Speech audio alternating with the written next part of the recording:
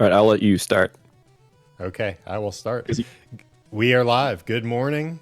Best of NES, day 2 on this Friday.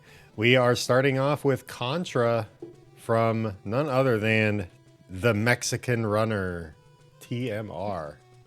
Said he didn't practice too much for this one. Said about 200 loops of playing it in any percent. Just speedrunning is practice enough. Yeah, he beat the game in one sitting or, over time more than I've probably beaten the game in my life. It's pretty impressive. I think he's only going to play it once, though. I don't know if we're going to keep looping around. But yeah, we've got a good schedule for you today. You can type exclamation schedule in the chat to pull up the schedule. We've got a bunch of games today. We're going until about midnight Eastern. We're starting with Contra. We're going to stick with Contra theme and go into Contra Force from Pikachu, as well as we've got Ninja Gaiden 3 and Ninja Gaiden. And we just keep going all day. Pretty wide variety of games. Yeah, we've got some sleeper hits here too. We've got the Guardian Legend 100% going on later today.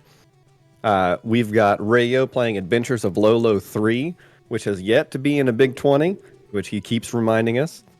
And we've got some pretty deep cuts in here as well. We've got Captain Skyhawk. We've got Gargoyle's Quest 2. We have Packy playing Dr. Mario later today, as well as Marble Madness from Yellsrake.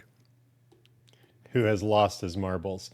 Yeah, I'm really looking forward to Little Nemo. Love that game. That's this evening.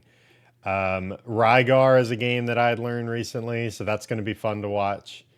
And yeah, I had just to double up on the Guardian Legend. I played that recently for the very first time and was very impressed. I thought it was a really cool NES game. And it does have some length to it. So Schmitty has an extremely good run posted for that, and we'll get to see it. So yeah, really looking forward to it. We also have TMR on the call. Are you here? I am here. How are you guys? Hey, good, doing good. How did you feel about your Battletoads performance yesterday? I mean, honestly, lately I have been doing other stuff rather than practicing. So for the amount of practice I got, I think it went very well. Awesome. I was impressed by Adventure Island too. Like I know there were some mistakes in the run that you were not too happy about, but I liked seeing those because you got to see exactly how hard that game was, and you got to see exactly how good you were getting past those stages when you didn't have like the dinos or the weapons that you wanted. Yeah, I mean, usually in a live event, anything can happen, and those were one of the things that probably if you're playing, you really don't want them to happen, but at the same time, as you say, it's pretty cool when they happen. Because it just starts like, how do I solve this trouble, right? That's what Adventure Island is to me. It's like, how do I solve this trouble? You just gotta beat it, man. That's it. You gotta think about your goal, which is rescuing lovely Tina. That's all. Yeah, and then you don't pick an easier game for today. So Contra, you're going to put in the 30 lives code, right? Do you need that code? I might need it. I don't know.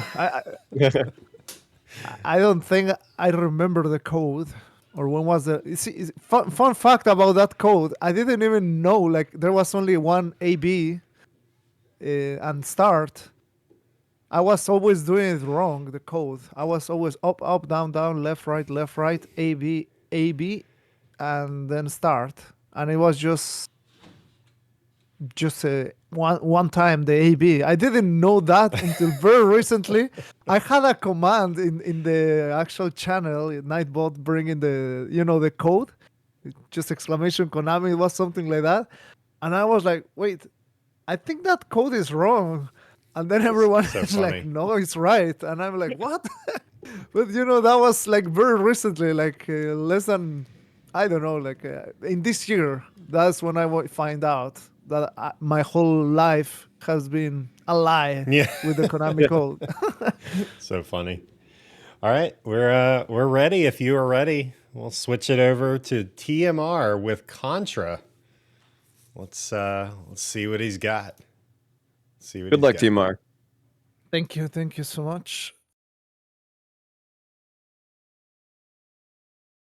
Am I on the big screen? Yes. All right. Hello and welcome everybody. My name is the Mexican Runner, as I told you like little seconds ago. But in case you were not here, well, now you know.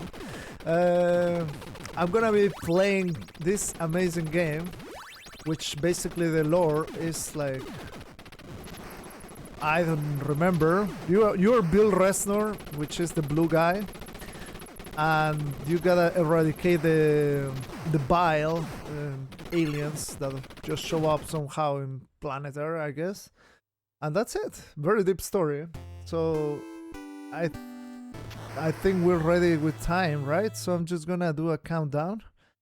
I'm gonna press start, but the official timer starts once in 5, 4, 3, 2, 1, go. I mean, it's just character control, but yeah, I hope we started right at time. So I'm gonna be playing this game that it's pretty awesome. The way I started playing this game is quite fun, because back in the day, in the glory days of Speedrun's life, this was a very popular game for races.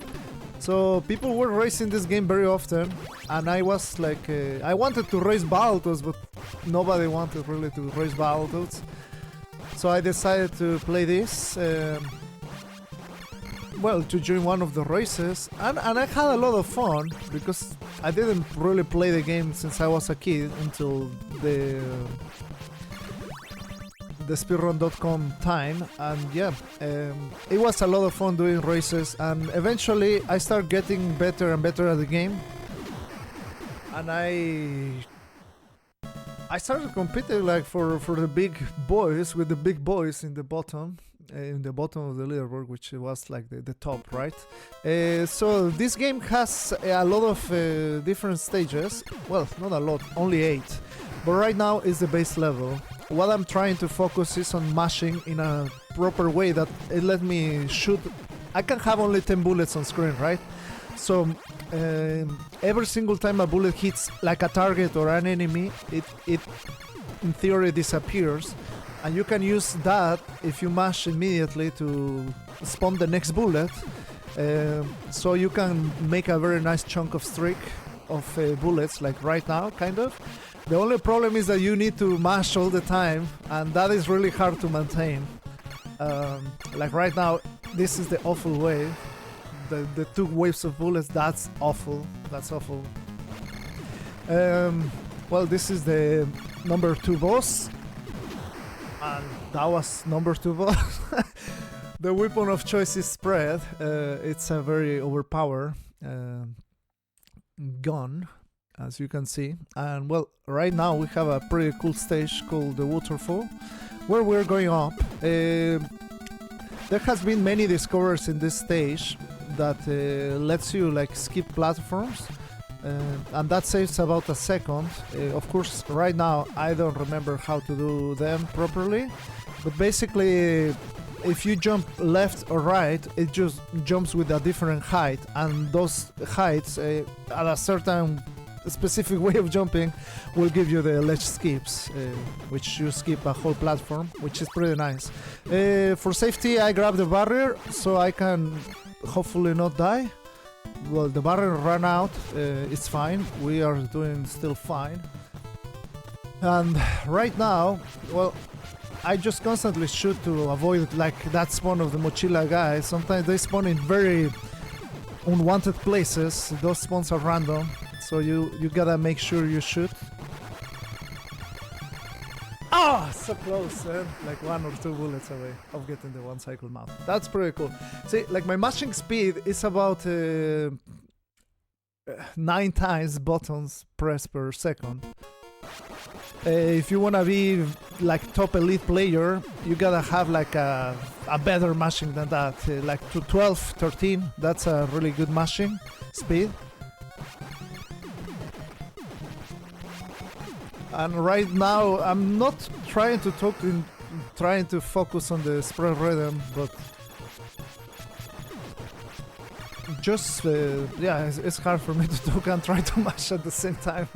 Or well, I mean, I could just talk. This is another base level, which it's pretty nice. I really like this variety of Konami with the stages. So probably you know this game a lot, or maybe you don't, right? There's a lot of really cool stuff. Normally the spread gun goes really slow in this base level, but thankfully we also grab the rapid gun, that if you mix the spread with the rapid, the bullets go really fast in this one. Ideally, top players beat that in 2 jumps. For me that was 4 jumps. Basically I wasted like 2 seconds there in that screen. And yeah, that's pretty much the way it just kind of goes. Alright, right here there's a pretty cool quick kill that I'm not gonna do. Well, I mean, I'm trying stuff that is hard for me to explain. Alright, that's still decent in a way. Didn't get a glitch kill. It's possible when if you hit the heads in the last frame there, like before splitting apart, if you hit that frame, then you can kill those. They just glitch out. Like you can get hits on them while they're splitting, because usually they have invulnerability, so you cannot hit them when they are splitting apart. But sometimes you can get that glitch, and it's pretty cool. The snowfield, it's well, it's another level, right? It's quite difficult, this one in particular, because of the random spawn of the mochila guys. I'm usually just shooting forward waves of bullets, trying to avoid the mochila guys. Usually if they show, nothing really happens, but if it's a mochila guy that is shooting, then a lot of really bad stuff can happen. See, like that guy in the back doesn't really make anything. The one on the top that I killed with my wave of bullets, it probably was gonna shoot. And one of those guys cost me a race at GDQ 2014 or 15 probably, or 16, I don't remember. I was playing versus the mighty DK28. He won. I pretty much blame that. I was being a little careless there. So yeah. The thimble mash. This is the way I mash with the thumb. That is RNG of the boss where it spawns. Not a big deal. Still doing great. We haven't died. Probably I just jinxed myself. So yeah, this game has been really awesome. Played for many players, and every single time it never ceases to amaze because it's pretty cool. In fact, this game is that awesome that it's my most viewed video on YouTube. Believe it or not, I do have a YouTube channel. Yeah, it's just crazy, like how popular this game is among youngsters. Not youngsters, but among, you know, old school guys. Alright, these flames are on a global pattern, and I'm gonna try the exo skip right here. Oh, there you go. Easy every time, man. Easy every time. That's how you know someone is a pro, man. Oh, wait, did you see that mochila guy was trying to shoot? Just like that, man. No practice, go for it. There you go, man. What a god gamer, man. It's because McFly is muted. Yeah, in fact, I'm not talking that video too. All right, this off. See, if my mash would have been better, I will have killed that guy. That's one of the best patterns you can get. I cannot complain about JJ. He can just randomly jump. I know I make this game look very easy. I have played the game multiple times. I can call myself a hero if you get the reference right. If you don't, you will so shortly. But the thing is that yeah, it's hard. It's hard. Right here, I'm gonna grab this barrier because despite of looking like losing time, it's faster because I don't have to wait for those clothes. And why the hell I'm going here? Oh man, I hope I don't run out. See, I'm gonna jump just in case. Oh man, I totally forgot. Like, I forgot. I need to focus what I'm doing. Sometimes, you know, just talking take away the concentration. I was going the upper route when, you know, that's why you grab the barrel, right?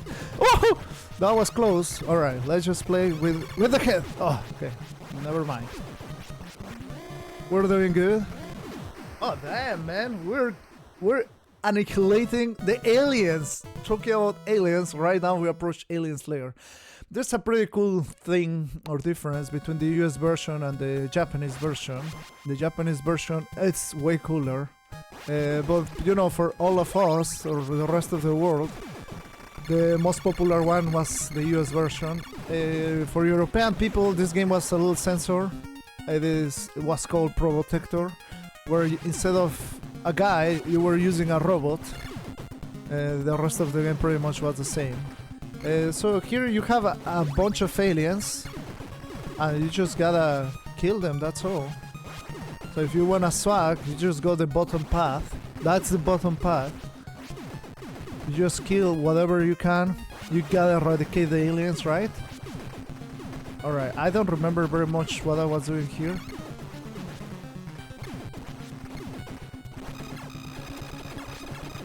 Ah, man!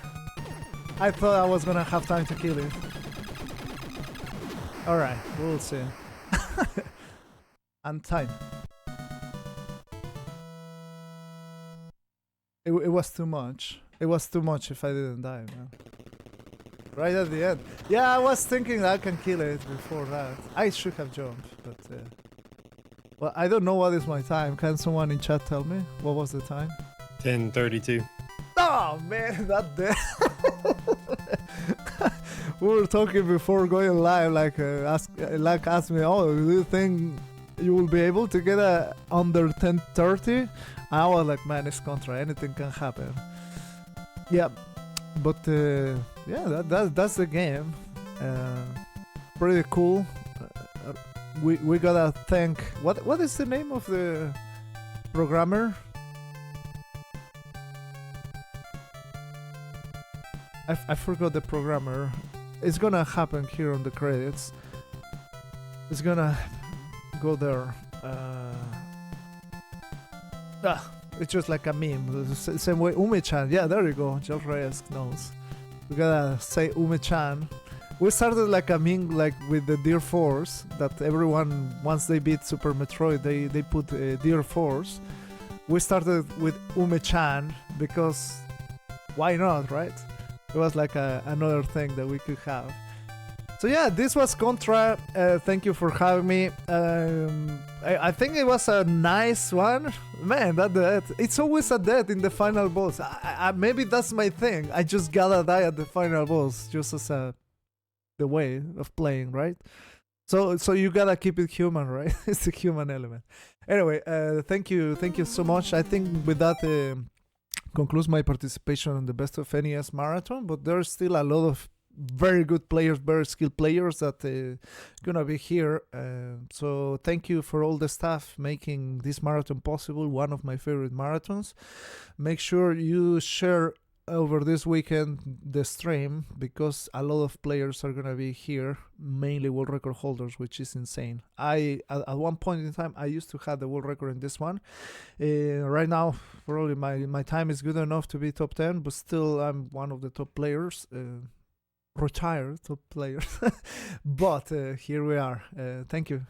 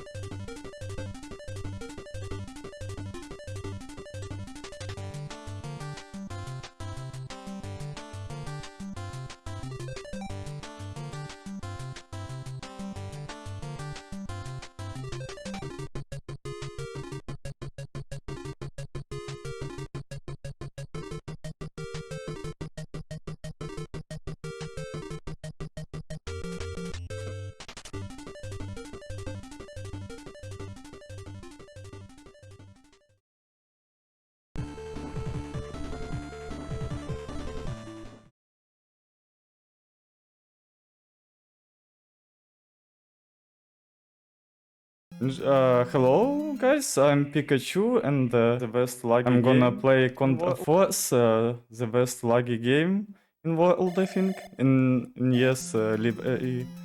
And I'm gonna do this on this gamepad. This controller is such good with D-pad.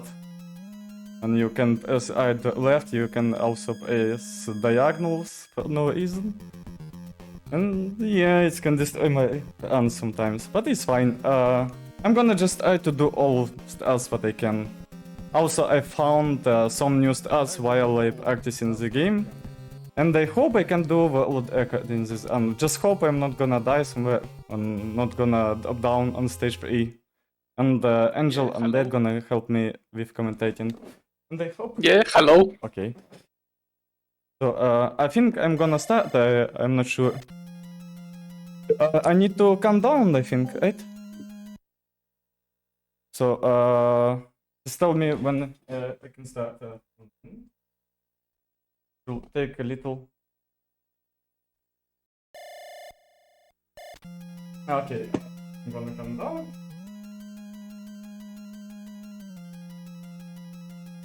Okay, 5, 4, 3, 2, 1, go. Fine. And started, I think. Yeah, about this game, we trying to reduce lags in this game. It's all what we need to know. And not die like that. Yeah, that's so bad right now. I think it's better to set, but okay, anyway. The key here is to reduce So basically the key here is to reduce lag, basically lag reduction as much as possible. So Pika is dying intentionally to break some screen scrolling to kill enemies as fast as possible. Enemies, objects, etc. So the less moving enemies and objects on the screen, the less game lag. Do this again. Okay. It's what I'm talking about D-pad. And to press down, but I can. It's fine. I mean, Yeah, that's I have good enough time for estimating. That's a common problem for some gamepads. Also, diagonal.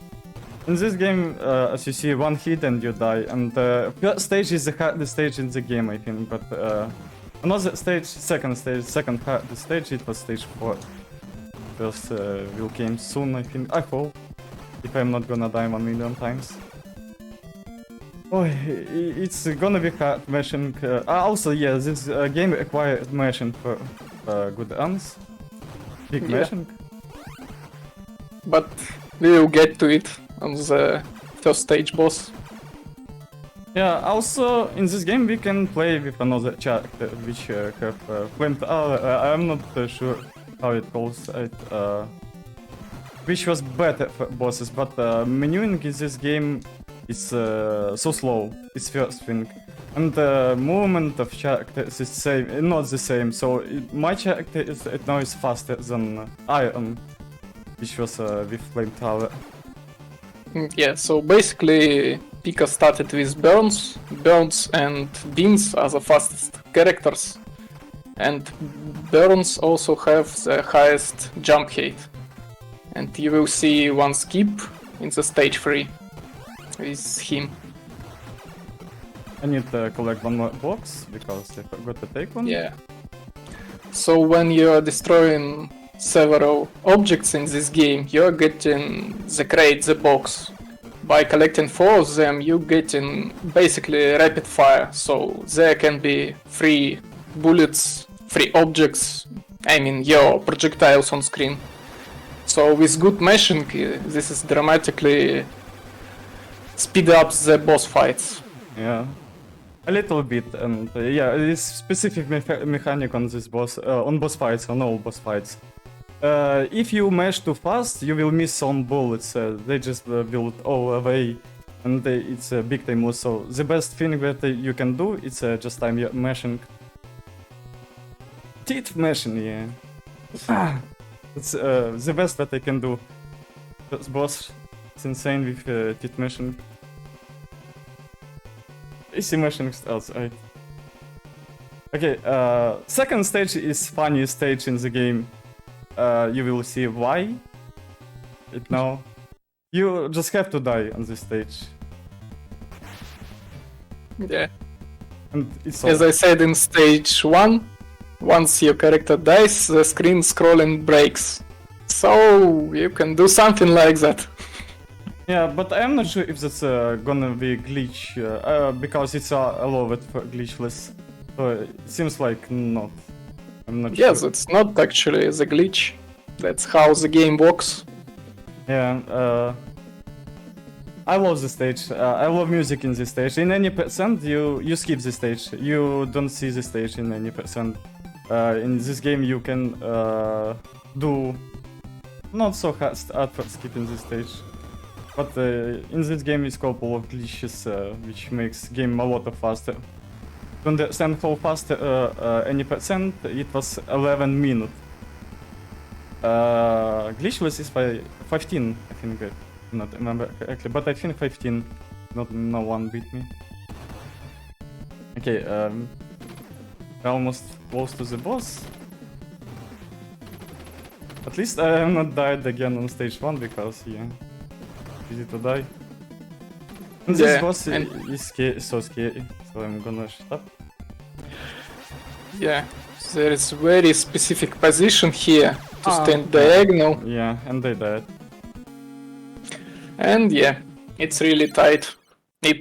I'm not sure if that pixel perfect or not, but it's very tight. Oi. It's fine. I mean, it's fine. I just don't wanna play safety. I mean, I can choose another character, but it's fine. I died. It's okay. You can choose another character, but it will cost you at least 10 seconds because you need burns for stage 10. Yeah, safety is a big brain for my phone, but I don't like to do it because, man, Because it is slow. yeah, it is slow. But I saw I'm on pixel, but I was scared, bro. Because moving on this part for me, I'm not get used to this right now. It's this good the part. You have to get used. I haven't played it a lot. Yeah, speed and stats. Yeah, right. All speed and stats. We're here at the stage just to hear this nice music. Yeah, yeah. The best soundtrack in the game. I love it so much. One of my favorite from NES library, I think. Okay, second attempt with the lives. No safe strats. Okay, I'm gonna play a little bit safety. Okay. So as you can see, at this position, boss cannot hit your character. That looks pretty weird. Check out this animation on this boss. It looks like easy bosses. It's why I like this game. I don't care about lags or something like lags. I just love this game. It's so fun to watch every time how you kill bosses, how you fight with them. This animation is something in this content. Like animation of dying bosses is same. I like how the boss is much huger than you. Yeah, it's So you're so small. yeah. About characters have all characters have different weapon, but it was useless in speed. At least one boss gonna be.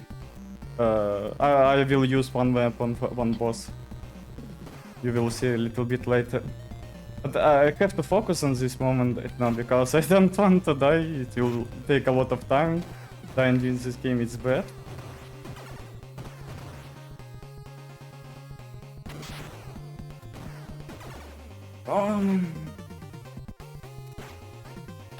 Okay, I Yes. can die. I have bad spawn.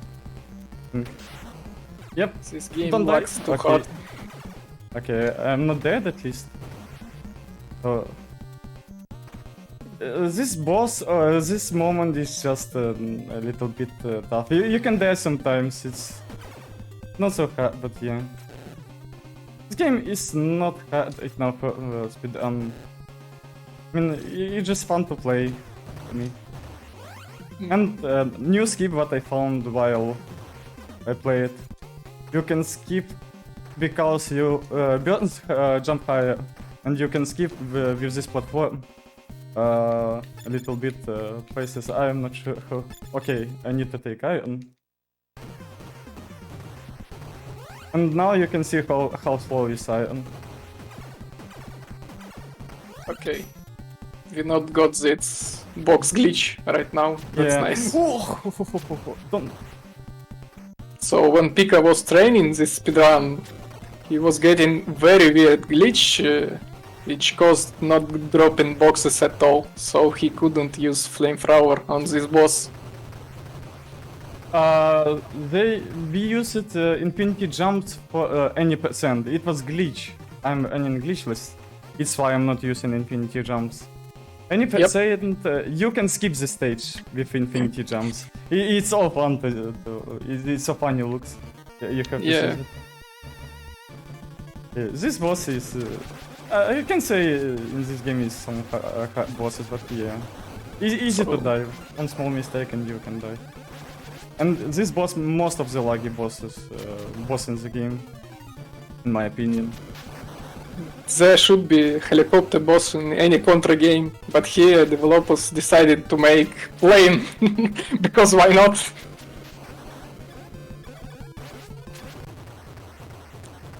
Okay, easy boss, and now maybe second hardest stage, but now I have lives, and I'm gonna take a different character, and I'm gonna to farm bullet, because I need it. Gonna be better with them. Last boss will die faster, and I will save time. And I hope, yeah, I still have time for do this game with estimate. It's fine. I like to eat these text boxes always. In each unnamed until it's like you survived. Congratulations. And, but remember, your destiny will be played out in this town. Ha ha ha. I know. Where you are, you'll have the same fate as people who are sleeping in that building. I like to eat this. It's funny to me. Always funny. The cutscenes in this game are unskippable, and the text is so slow. So I like this game. Yeah, it's such. Also, this speedrun is fun speedrun. I don't know why people don't like this game. Game is laggy, okay, but it was an NES game. It's fine to me at least. Yeah, it's not that bad. Also, movement in this game is a little bit hard. It's slow, but yeah. Have to do a lot of stuff correct, like skulls and something like skulls to not die. Like soon I can die because bad skull or something like that. Yeah, so enemy spawns depends on how you scroll your screen, basically. And as soon as they appear, Pika shoots them to reduce the lag. Also, in this game is no RNG if not count orchids in this stage. Only one thing is orchids spawns randomly, so I'm out of them. And it will create more lags. So you will see soon, and I don't know how it works. It's you have to open does, I don't know. Have to ask maybe. Okay, now I have to focus on not die because this moment is. So Steady. no third bullet. Yeah. Okay, that's good. But it's not Yeah, end. that was one of the scariest moment of the runs. Yeah, and now I can die. They shoot too late. Okay, and I'm gonna. Oh man, this turret. See, sometimes this turret shot late, and they shoot late. I don't know how. I don't know why. Yeah. Just sometimes. It's how this game works. Okay, at least I have lives. In any percent on this character, you don't have lives. If you die, you reset. It's all. glitchless, you can continue. Next time, I think in next year, I hope I'm gonna try to show this game with glitches. Glitches is not too hard to do, but yeah, I don't like glitches at all. I love games. I love just play them. Like glitchless in for me, little bit play too. So here comes the rocket. I hope Oh, Pika didn't jinx it. Yeah. So sometimes you need to go from the one plane to another, and the rocket is going there between when you need to go between these planes. Yeah, and see how many now I have rockets. It's a lot. I should have less to not lose time. It's 8 lakhs. Every rocket creates more lakhs. Sometimes you don't have rockets. The rockets on airplanes. Like now, what is this? It's bababach, explosion. It's a lot of time loose. Just why? It's my fun run, give me good energy. And yeah, it's why any percent is hard. It's because of this moment, I think. You can lose between 10 seconds and yeah, it makes a little bit speed annoying. Yeah, it's not worth to destroy them. So as you Yeah. destroy each rocket, they respawn instantly, I think. Maybe I have to test it at least. Maybe it will make less rockets on screen. I don't know. Okay, one of the funniest boss. He will just move left, right. That's all. Yeah, if Pika stands in a very specific position, vertical position, that helps to manipulate this boss, as well as thief mashing.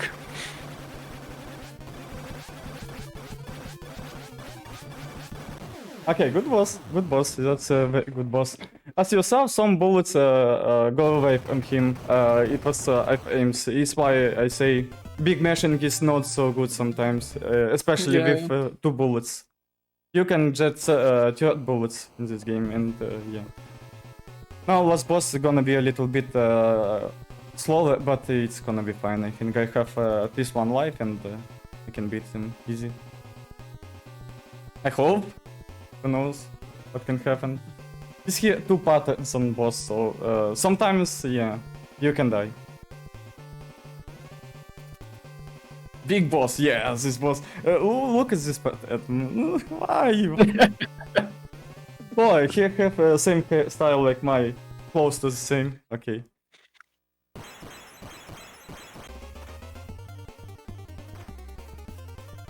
Okay, I did 2 jumps on the start. It makes boss to you. You despawn a lot of enemies because of this, and it's less lags in game. See, no enemies on this part. Only 1 gonna be. And it's a new start, which I found when on any percent. And you will save a little bit time because of this. And another subpixel moment in game. You can say, okay, I'm gonna show you because we have time. Like, see how I stay on this. Okay, check now. It's fine. Okay, I want to show you because it's funny. Okay, I go back. Like, see, you can't move. So you have to do a jump to stay higher, like that. See, and now you can do this jump. This stuff is a little bit tough in this game, and I think I lost some time in my PB because of this, but it's funny. It's not so hard, but funny when it's happening. That means this game is broken a little bit. Okay, last boss. So here comes Bean's time to shine. Now you see the reason why Pika's picking Beans. So the boss's bullets going through him if he stands in some specific position. It's not very tight, it's pretty easy. Okay. But after that, the boss jumps down and he can prone to finish him. And he don't need to jump down or something. Yeah, time when bosses falls down basically. This game is so hard. Sometimes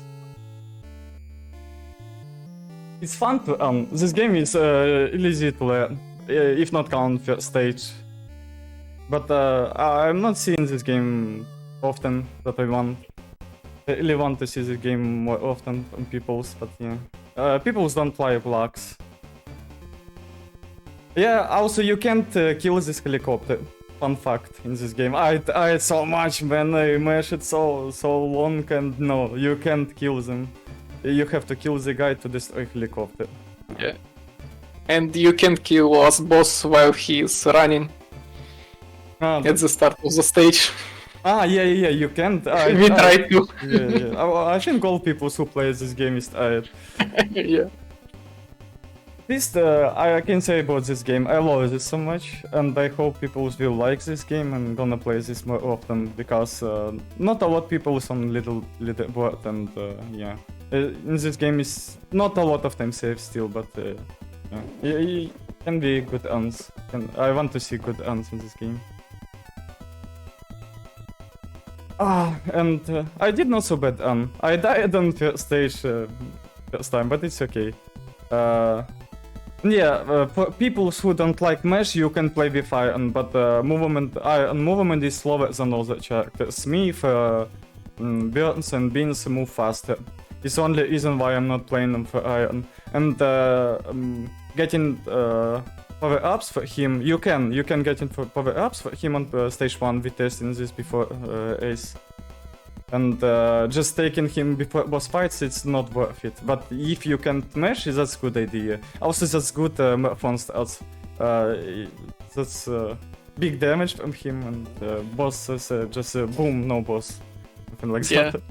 Flamethrower melts bosses. Yeah. Okay, we're done with this game, and I think we can move next game. My next game.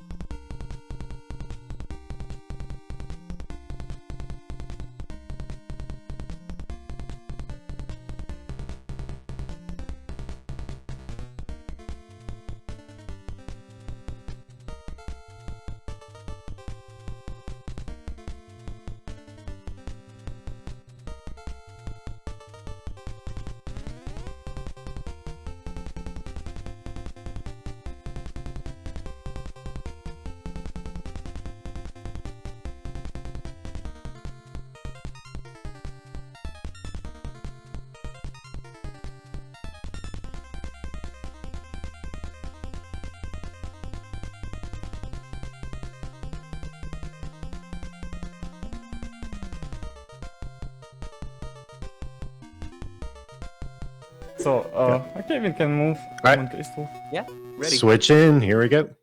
Here we go.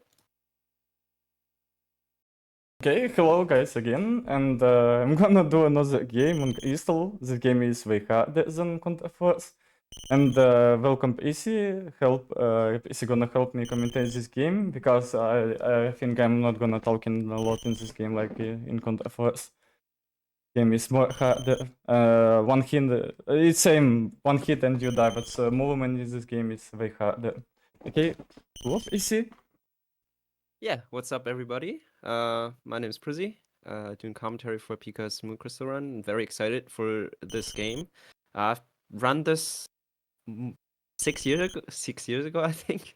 It was in the Big 20 before, and I really enjoyed this game, so I started to like grind the game for a couple of months, and yeah, very, very excited. You got this, Pika. Yeah, I hope I'm gonna show good end because this game is hard to finish. And I put big estimate again in this game, but it's gonna be fine, I hope. Who knows? Okay, I'm gonna count down and we're gonna start. I don't know so much about Flood in this game. We just and kill bosses like that. This animation is gonna be something. Okay, one moment. I'm gonna start counting. 5, 4, 3, 2, 1, go. Okay. All right, so Moon Crystal, very, very tough game. There are some basic differences when it comes to jump and runs in this game. You have I'm not sure what his name is that you're controlling. These hitboxes, by the way, that's a deboost, and this game has like a deboost animation. So whenever you get hit by something, it takes a while until you get control of the character again. Deboosting in this game is very, very important. We're gonna talk about that in a couple of seconds. But just wanted to point out this game is a jump and run, but it's a little bit different. You have a turnaround animation, and most of the hitboxes in this game are very, very. That is the first boss. Oh, nice. All right. Most of the animations and the hitboxes are very generous. So you can see most of the enemies only have 1 HP. So right there, as you can see, Pika going through all of these enemies with like 1 shot. Again, very generous hitboxes. The reason why we take deboosts in this game, as we just saw in the first stage, and currently already in the second stage, almost midway, is we want to do triple damage. So this is how it works. You see at the bottom, you see the life meter, life counter, 3 hearts. But for the boss fights, we actually want to be at 1 HP, 1 health only, which makes this run very, very, very scary, especially in the marathon setup. So you see Pika picking up an item right there, the boots. What it does is it allows us to do a double jump, which you can see Pika doing basically all over the place. Coming up next to the next boss already, again, very, very scary. This boss actually scares me a lot. Let's see. Yeah, me too. It's a lot. Always. Yeah, very scary. And we're gonna die at the end, which is not really a death. So you see, we still have 2 lives, but it's I believe it's a little bit faster to kill yourself at the end of every stage. Okay, stage 3. Pretty basic stuff. We're gonna hit this switch right here. There's a timer, a hidden timer. We need to make sure to get through this section fast. As you can see, Pika's so fast, I mean, they didn't even move. Oop. There you go. Getting the double jump. It's actually, I think you need to get this. Oh, it's close. Need to get the double jump in order to advance in this stage. But, yeah, Pika almost fell, but not really. In this game, you can actually grab ledges and cliffs and climb up. It's definitely a very unique thing, I would say. Alright, already almost done in stage 3. Pika's gonna take some deboost soon. Gonna play it safe. Deboost right here? No, I'm not gonna play safe. I'm gonna do safety kill, yeah, but... I don't know. I wasn't sure where you're gonna take the deboost. Okay. At the end, yeah. Yeah. Nice. Alright. There's I believe a quicker version of that. Yeah. It's slow version. Yeah. I avoided the fast version. I died a lot in this. Yeah, very, very tough. So small cutscene right here. and then we're on the boat fighting some pirates. Oh, It's fine. I mean, dying in this game is fine like that sometimes. Not Yeah. fine for speed, I'm for sure, but fun, it's okay. you have yeah. 2 lives, right? Yeah, And then when you die, I don't think you have to game over, like start all over again. You just have to, start over in the stage. Yeah. You could take an intentional game over at the very start of the, stage. Mm-hmm. So, jumping over these pirates and slashing all of them kind of reminds me of Ninja Gaiden a little bit. This reminds me of Tiny Toon stage. Tiny Toon? Yeah, it's Tiny Toon Oh stage. yeah, yeah, I know which one. Yeah, I know which one. Where you fight the pirate. at the- Yeah. It was almost safe for me. I call this the stage Tiny Toon. Oh, this fight is very easy unless you're slow. So he's Yeah. gonna move. when you- Yeah. Maybe easiest boss in it was easiest boss in the game, I think. Yeah, yeah. He's like literally not doing anything. Oh yeah, it's fine. It's fine. Alright. Again, it's very easy to get knocked off ledges in this game. When you get hit, you can't do anything. Like you're like stun locked for a couple of seconds. Again, we're I'm with 0 lives, but it could be fine. This amount of HP. this is very very scary. Yeah. We're at This 0 is lives right now. And by safety. Nice, nice. Oops, it's fine. I have to take damage, so I'm just gonna skip Yeah. one. This game is just hard to not die. I mean, finishing honestly this game is something. I don't know how people play this game on Best of NES. I can't imagine safety odds in this game for me myself because I own this game, I think. Nice. Wow, I never died on this stuff. Okay, it's fine. It's almost the end of the stage. Yeah. So yeah, as you can see, this game is very brutal. Very very scary. Especially you want to take these deboosts. There's no other way. When you don't take these deboosts and you're not at 1 HP at the end of the stage fighting the boss, you're not doing the crit. You're not doing the triple damage, and so the fight gets, very not only longer, but might also be tougher.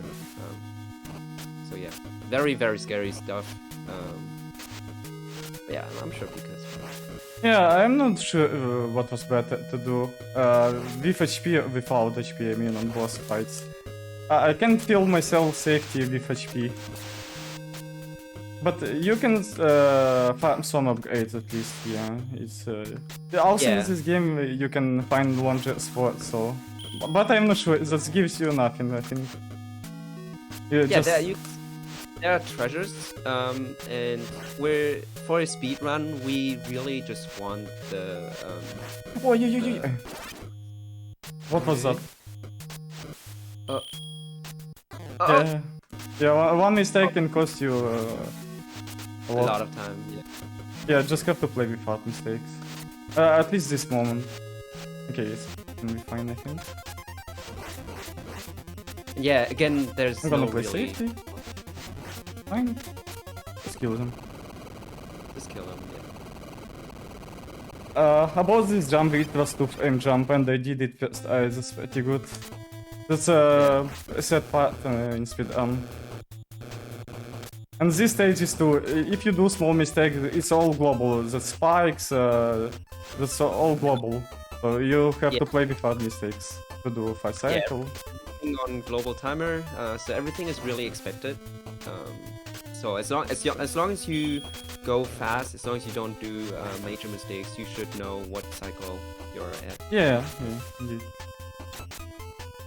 At least you can play this game safe, this stage at least. You can fight spikes like this, like I'm doing, and now go. Now you have enough HP to boost. Quick cycle is hard. Not so hard, but yeah, it's tough a little bit. Yeah, the only reason why we take that life boost is is so we get to deboost. Oh through- wow! Haven't touched him. Oh, I don't know why this happens sometimes. It's happened on time to time. As you saw, I didn't touch him for some reason. Yeah, this game, I mean, generous hitboxes, but still, Yeah. yeah, very easy to get hit. First boss sometimes takes a lot of attempts to understand how to kill him with two jumps. Because of this. Okay, it's fine. Nice. Yeah, it's one of the hardest boss, maybe. I'm not sure. Yeah, I think so. It's just because it's almost the end of the game. I mean, something like that. Not so hard to kill him. And another two aim window skip. I did Yeah, it first so- time, but on position. Oh. Two aims is So it's not hard. Sorry. It's a two frame window where you have to time your jump. Then you can basically skip all of this maze, like everything you see on the screen. Very, very tough. But Okay. I'm gonna play safety on this. Yeah. Oh, this one. Game is Nice. super fast. It's means movement like this. Yeah, it's seems slow, but some other movement is so fast. You have to press buttons so fast, and it's why I like Yeah. this game. yeah, you see like turning around is an additional animation, so it's better to jump instead of like just pressing left or right. Nice. Okay. Yeah, I think this game. I saw this game first time in Becca's stream, and I like it so much. Oops, I forgot to die. It's fine. It's just Yeah, save you 2 seconds. It's nothing. I believe Beko had the world record in this before. I Yeah. know- Before stands. Yeah.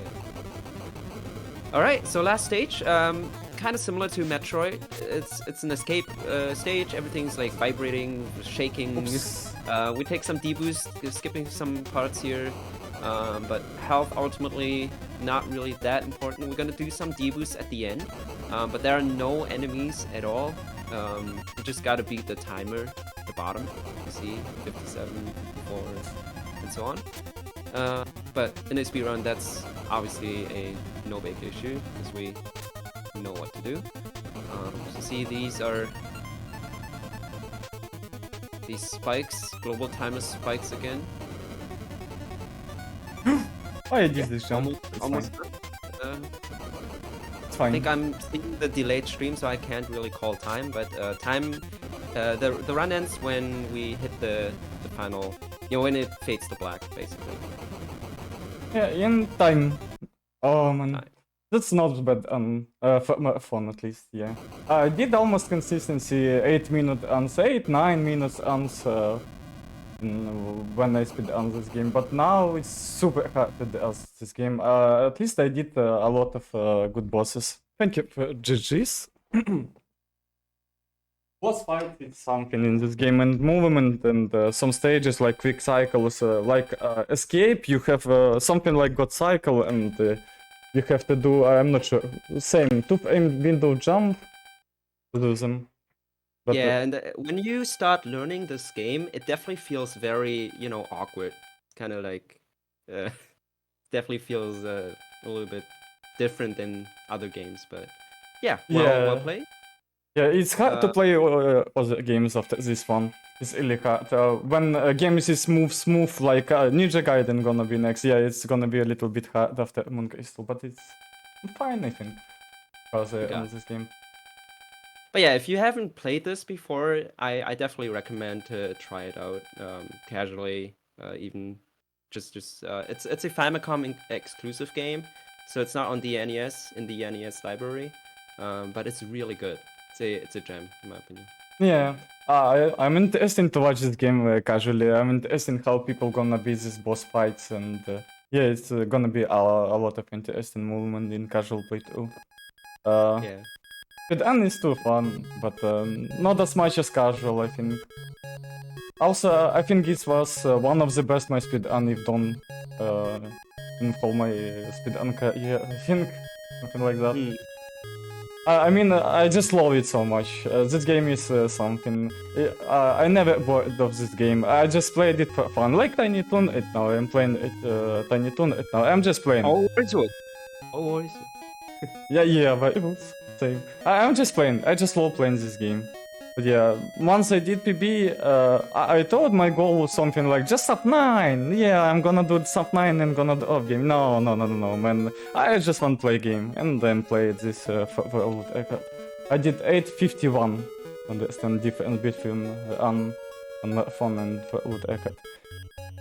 Yeah, thank you for helping me commentating this game. Yeah, Yeah. no problem. It's been a pleasure. Thanks for being here, submitting this wonderful run. Yeah, And yeah, stay tuned, guys. We'll be right back with.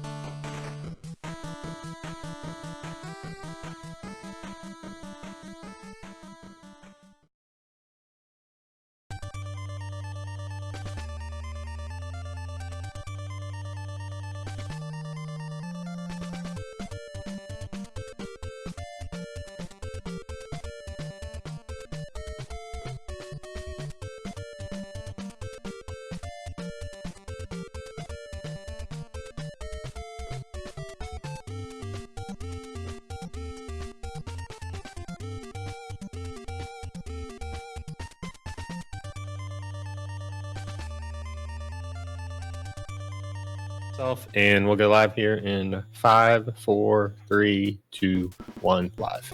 okay. Hello again. It's me with another game, fun game. This is second my favorite speedrun, I think, after Among Crystal. And I wanna show you one thing that I found fun when I tried without timer.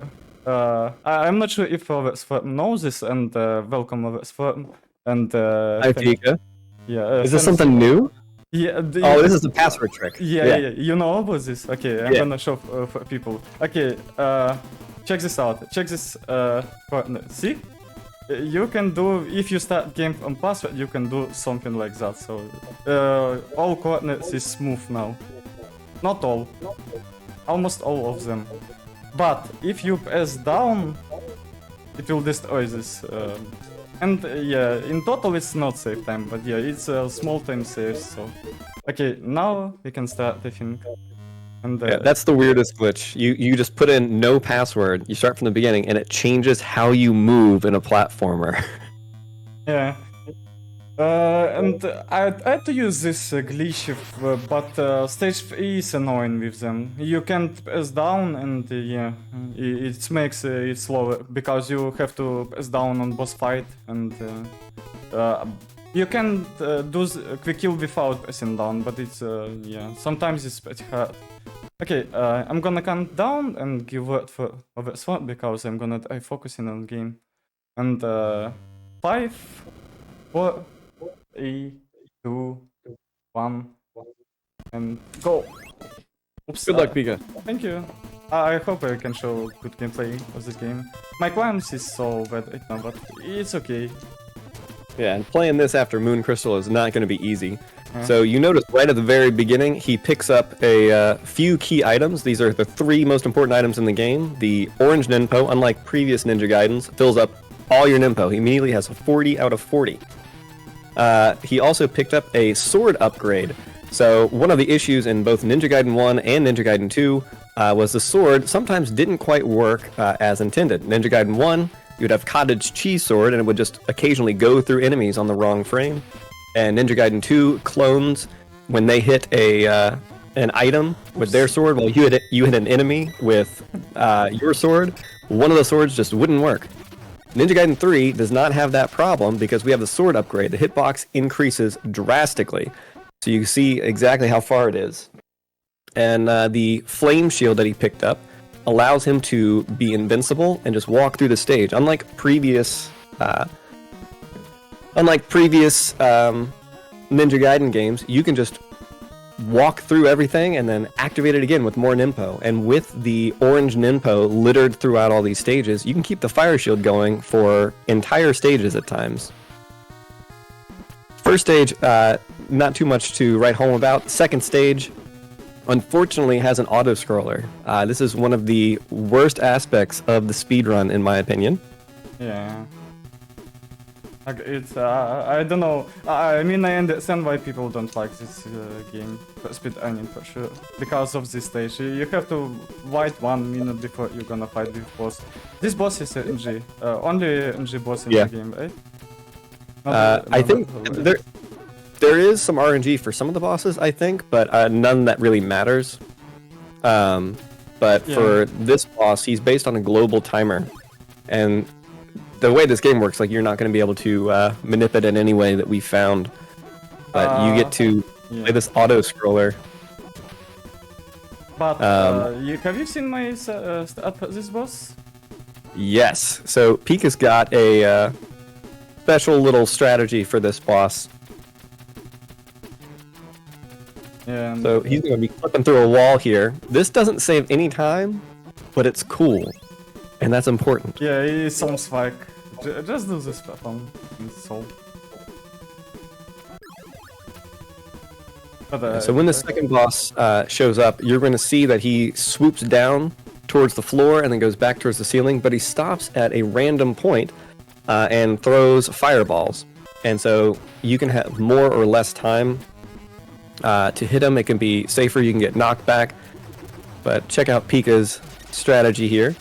So jumping into the enemy, he gets iframes and he lands, so he gets consistent knockback.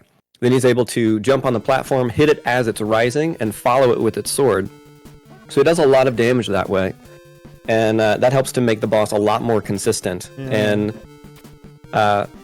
when I was playing this game, I made it all the way to second place, just a bit behind Becco, and I wanted to go for world record, but that boss caused so many resets, I said, I don't want to play that anymore.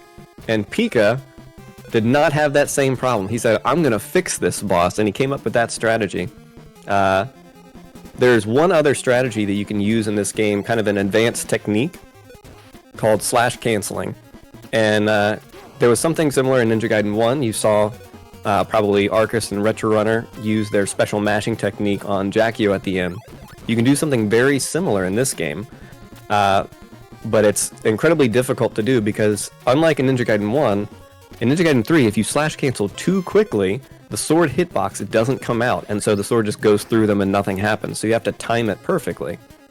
And it's way too hard on most of the bosses to do. I'm gonna try to show you because it was fun. I have to try to show you right now. Oh, it's fine. Let's go. Yeah.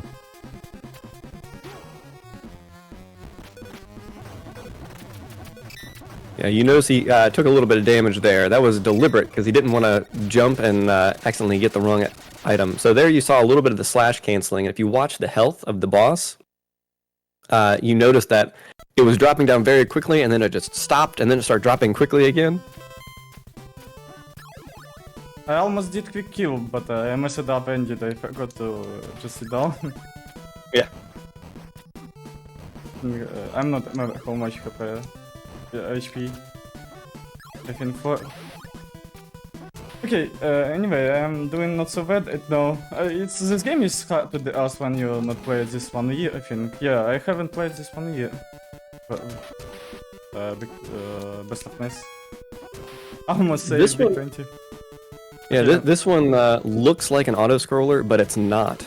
So this is a global timer, and you can actually skip past certain sections by moving fast enough. Now, I should note, this is the Famicom version that Peak is playing here, and the Famicom version has a few differences. There's some different enemy placements, different item placements, but one of the biggest is that the amount of damage you take is far different. Spikes in the US version deal 6 damage, and in the Famicom version that he's playing here, they only deal 3. So that changes how a lot of these stages play, especially stage 4 and stage 7. Okay, I'm gonna another kill. Bad cancel. Bad cancel. I have missed all the hits. It's what I'm talking about. So if you mash too quick, you will miss all the hits. I think I haven't seen it because it's hard to focus on sports. Play this. Yeah, if you're interested in speedrunning this game, a lot of these quick kills can be very difficult, but many of them only save 1, 2, 3 seconds. And so if you are wanting to speedrun and get a pretty good time, there are backup kills that are almost as fast for just about every boss. And, oh no. Okay, It's fine. he survived. It's one of the top of the moment in the game. I hate this art, but I should have tried. So is this going to be a fire wheel stage, or is this going to be an upfire stage? Fine. Upfire. So there's 2 ways to play through this stage. One is with the fire wheel, and it makes the stage incredibly easy. And the other way is using the upfire, which he is elected to do. The upfire allows you to get a faster quick kill on the boss, and it is pretty much required. There's an upfire right at the end of the stage, but you lose a couple seconds having to get it if you get the fire wheel. So Pika says no safe strats. He didn't use safe strats in Contra Force. He didn't use safe strats in Moon Crystal. I'm gonna take only this field because I'm gonna die without them. Yeah, that's not a safe strat. He didn't have enough health to get through. Yeah, because I'm doing deboost at the end, so I have to have at least 5 health to do it. So 2 here and 2 here. I had to save it, but then I take 1 damage. And you can see that emergency upfire there at the end in case you die, and a sword upgrade. This game can be pretty nice. Fine. So this boss here, there are... Oh, no right side kill. No middle kill. No. No left. Also, Oh, this skill is easiest skill in the game, I thought. That is a tricky kill, and there's many varieties of quick kills for that.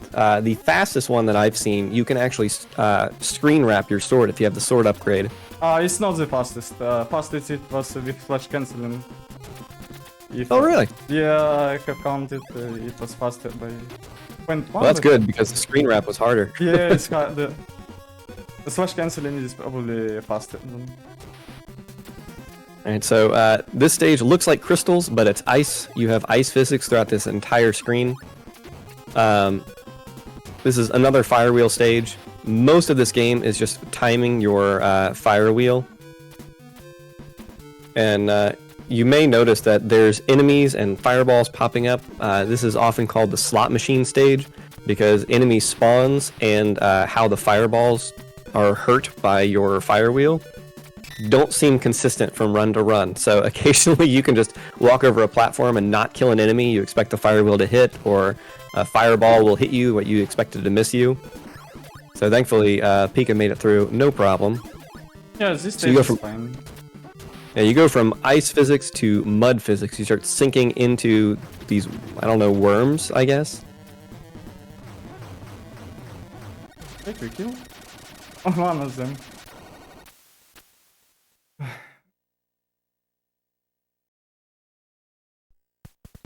So we're going to be moving on to stage 7, and this brings in the wind physics.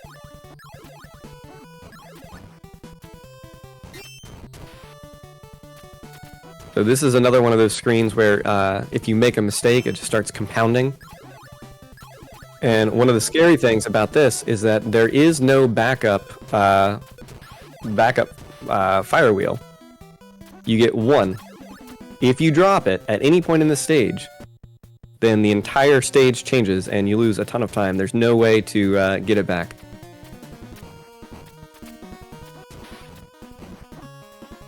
So, something important to note, Pika did eventually get the world record, which I was very happy about, because at first he just bopped me and got second place, but he didn't stop, he kept going and he got first, so now I don't say Pika beat me, I say Pika got the world record.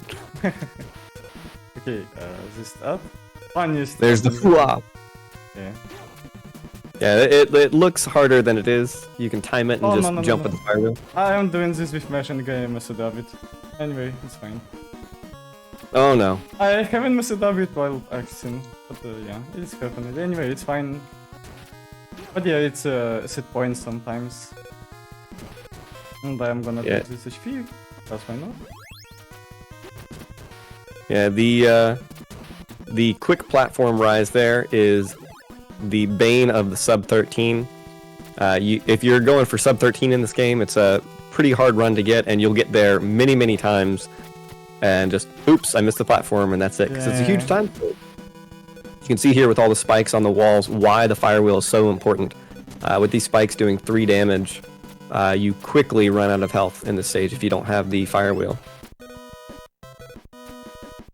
And speaking of Pika getting the world record, he did this on a generator. Yeah. There were some, you might have heard there were some electricity issues, and he was playing on a generator. I want to take it because why not? So Pika doing a clip there, getting some extra health for safety, very important. Managed to save the fire wheel for the entire stage, which is very good because unlike many of the other bosses, the fire wheel is actually the best weapon for this final boss. And the reason why is that there are 3 phases. So you want to have that invincibility for each phase. Okay, not so good cancel, but okay.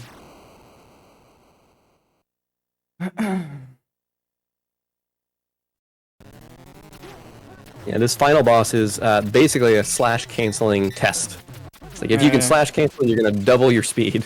And it's easy to lose time with your slash canceling. I Yeah. think I lost 2 seconds on second last boss. Yeah, it's not like Ninja Gaiden 1 where the slash canceling always saves you time. Many times just pressing B is gonna be faster if you don't get the timing right. Like Here's the now, final boss. good kill. At the end. Oof. Good kill. Yeah, thank Alright, time is on fade to black. Time. Yeah, time. That's not so bad, at least. I'm not And died. there's I time. died. Not bad. 13:27, that's pretty good. Yeah, not bad. 1 minute. But yeah, at least I'm not died. But yeah, if you die in this game in some moments, it can cost you a lot. Like dying on last stage. Like a lot of people died on last stage on Big 20. Oh yeah, tons and tons of people. And this is one of those games like in a marathon setting, you have to practice both. Because if you just practice with the fire wheel, then when it comes race time, you don't get to keep the fire wheel. That's just how it works. Yeah, this game is took me a lot, Adin. Way more than Monk Eastal and other games, I think.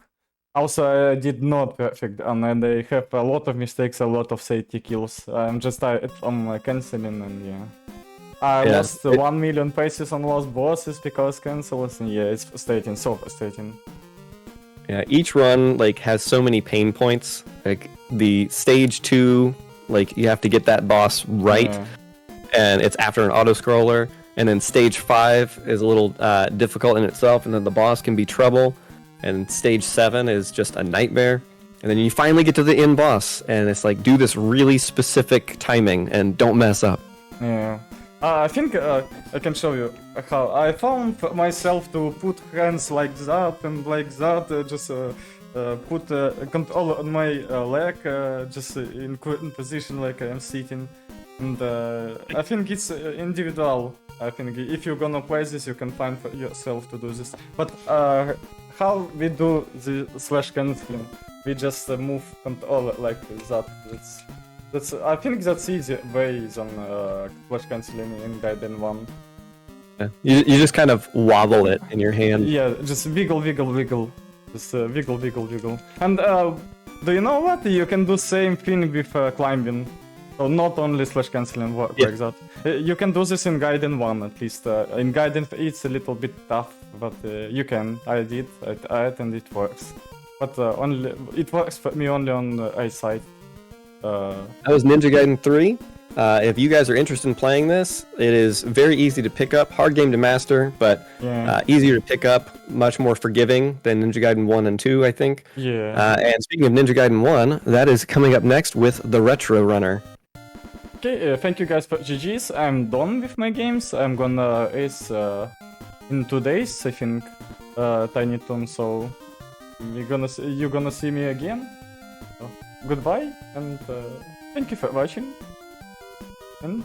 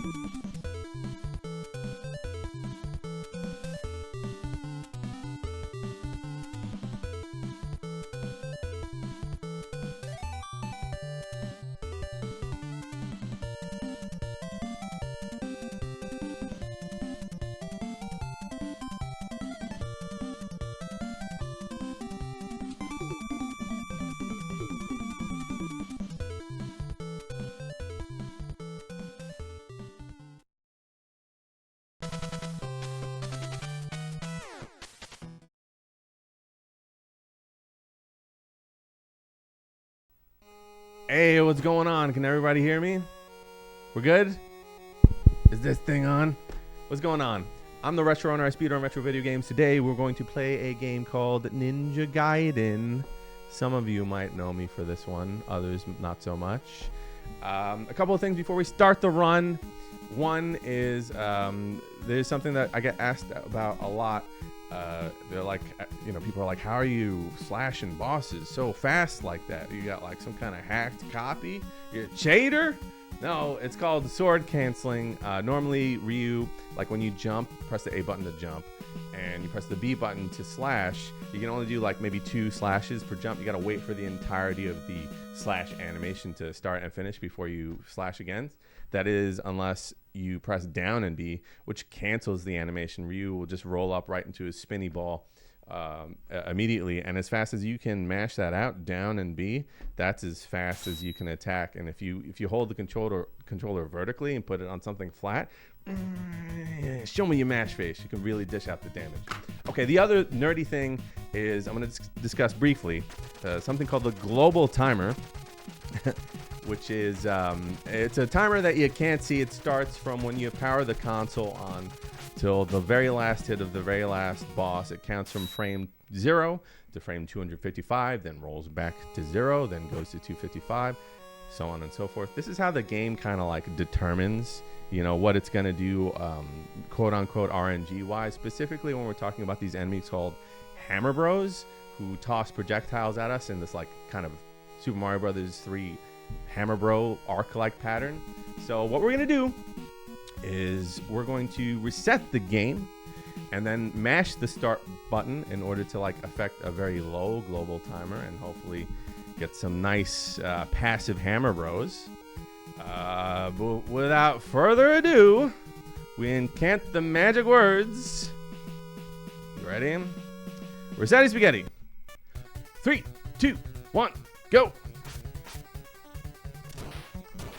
Oh, a little Stanley slash there, but that's cool. The first 3 enemies we call the 3 Stooges. Let us pass. We're going to take top route there because it's just a tad faster than going through the bottom. And in a little bit, we're going to collect the most overpowered sub-weapon in the game, Spin Slash. It's so overpowered that most of the route revolves around obtaining Spin Slash and keeping it with enough ammo to use against the final boss. It does 1 damage per frame. Bosses can't even handle it.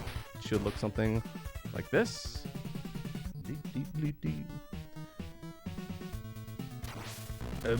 I think a lot of you out there familiar with the term good bzzzt. To quote your friendly neighborhood cowboy friend Arcus, that was a good bzzzt. All right, like not a ton of things going on in the screen. I'm going to talk about something called quick climbing. All that is, it has to do with the speed that you go up ladders. Your normal ladder climb speed is quite slow. But your jump speed is pretty fast. Now, you can't jump straight up the ladders like you can in some other games, but you can insert little quick climbs in there and in smaller increments increase the speed of your ladder ascents. Call that room the bounce house. It doesn't look like much, but it's super difficult to optimize. You'd like do that frame perfectly, which that definitely was not. We're gonna trade out our Spin Slash right now for another sub weapon called the Windmill Shuriken, or what people probably want me to call the Swag Star. Another Arcus shout out. Can't play this game without shouting out the man. I like to throw mine here. It's really much easier and not at all slower.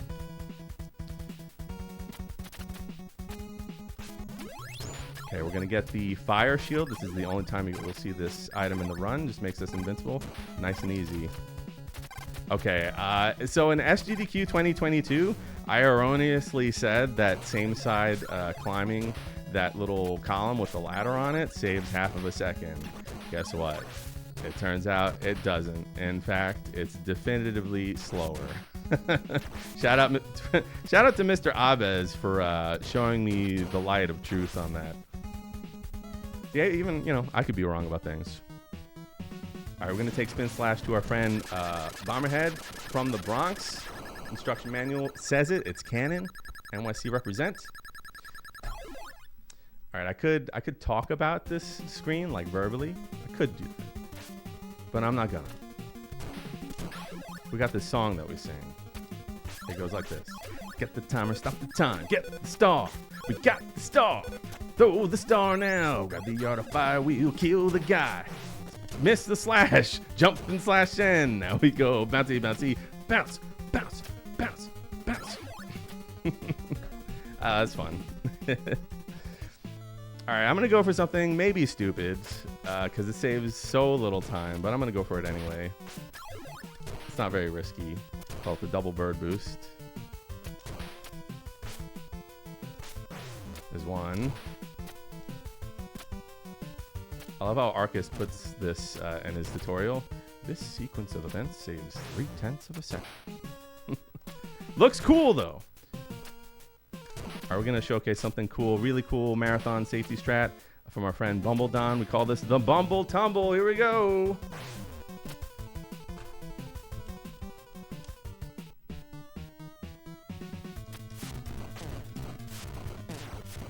Nice. That one's called the standard kill, kind of a misleading, a bit of a misnomer. Just a naming convention that comes from the fact that there are so many quick kills on this boss that the very old quick kill became the standard kill because it's like one of the slower kills now. But it's definitely not free. Our friend Spin Slash again. We're gonna go for this upstairs bat boost here. We didn't get it, but we didn't die either. That's fine. I'm going to attempt to quick climb this first long ladder of the game and see how it goes. Very nice. Those who know, those who don't know. You ready? Here we go. I'll kill you. I'll murder you. Then kill you. And murder you, cancel, then I jump on the bridge. Now I'm on top of the bridge, not stopping for anyone. You try to step to my back, and then I what? Spin, and I kill all of your friends, and I jump over the bird. You try to step from above, but then I slash. I'm charging up the view. I'm gonna show you how to charge up the view like this. Whoa, view. What the hell is view? I'm gonna show you. It's just the noise that Ryu makes when he touches literally anything. Here, watch. Phew. There it is again. Yeah, I see some good views in chat right now. We're gonna do some kind of like sword cancel, ammo preservation strats. This is a really cool damage boost coming up, and it's not that difficult. It saves a ton of time. You totally bypass that really long ladder over there. We don't need to climb that. I'm trying to go fast.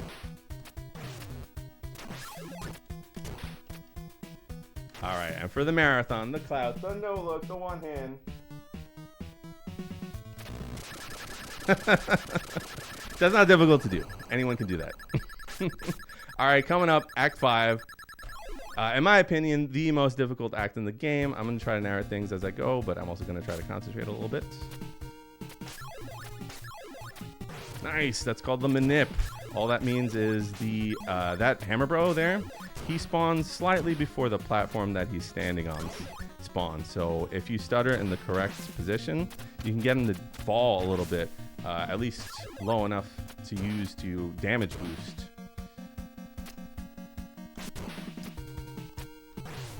It's fine. This actually works out pretty well. That's a pretty dicey double bird boost as well. 5-1 is a butt clencher. Alright, I'm gonna do this flip-flop strat. That's fine. Cancel this guy. Our friend Spinny Slash again. Some quick climbs, some ammo.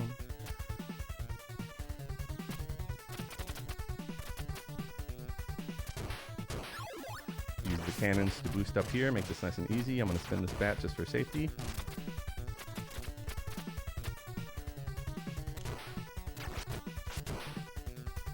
We go for lemon drop here. I thought that was a lemon drop. I didn't think that was tequila. Those, no, we're having a good time today, right? This stage is like deceptively difficult. It will test your ability to quick climb ladders from both sides.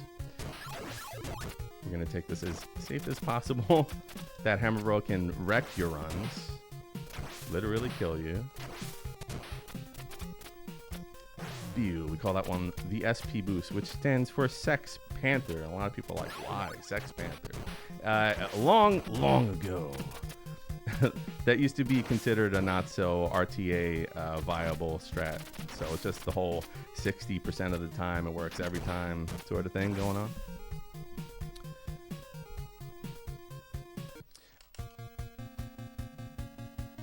Best boss in the game, coolest looking boss in the game, total pushover. Even if you don't have spin slash, you can just like park yourself in front of him and mash the slash button and you'll out DPS him every time. And yeah, shout outs to Prissy and any of the other Turkathloners. We participated in a sick relay race, 6-game relay race that included this game, and it was a pleasure and honor to be a part of that. Here we go, 6-2. A lot of people consider this to be like the most difficult stage casually. Hopefully I can at the very least show you some stuff that makes short work of the more difficult screens. Uh-oh. Okay, that's fine. That's fine. Woo! That was a little scary. A little scary. Woo, okay. We're gaming now, folks. We almost died there. I'm gonna try to quick climb this ladder. Here we go. That wasn't that bad. If you have spin slash on this screen, it makes really short work of it. If you don't have spin slash, you have to do a lot more complicated things that thankfully I didn't have to do. And no eggs, Benny. No. Uh-oh. Wow, we died. Wow, so what happened there is the hammer bro moonwalked away from us. He was out of reach of our spin slash, and some gremlins started ganging up on us. And yeah, we died. Versetti Spaghetti. Just kidding. That's all right. I think technically it's slower to like get this spin slash over here, but there is a backup spin slash that I am gonna bother to get because I just want this to be easy. Don't worry, we'll save face at the end, folks. Maybe I should have gone for eggs, Benny. Maybe that wouldn't have happened. That's all right. We're gonna go for something kind of new. Let's see if we get it.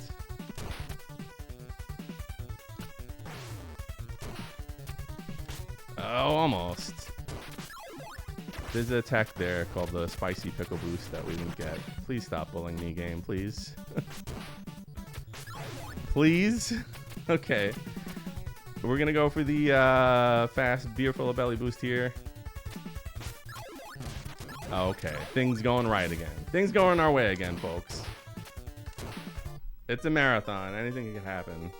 We spin slash, clown nose. Here we go.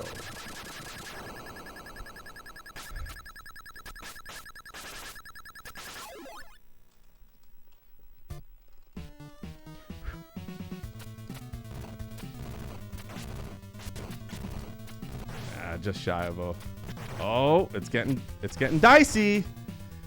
Oh my god, it's a mess. 3.5 cycle. Yeah, your boy's so washed up. So washed. All right, here we go. Maybe the demon will make us look cool. Oh my god, super violent demon.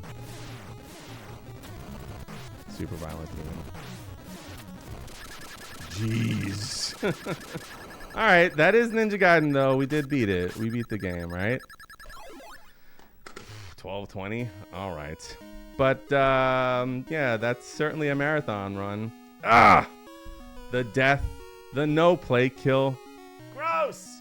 But hopefully, I was able to show you some cool things and you had a bit of a laugh or whatever. I've been running this game for a really long time, like almost 6 years. I've had the record for over 2 years. If you want to see this game played like way better, like way better, you can check out the SGDQ 2022 run. You can check out any of the world records. There's like 8 of them. You can find on my YouTube or on my Twitch channel, and invite you to come by and hang out with us, because it's a really fun time. I love our community. I love all of the retro community. We're really tight, really tight. And thanks for the GGs, everybody. I suppose that's all I got. So as I say on stream, I'll see you on the flip of dip. Keep on shredding games. Ninja Vanish.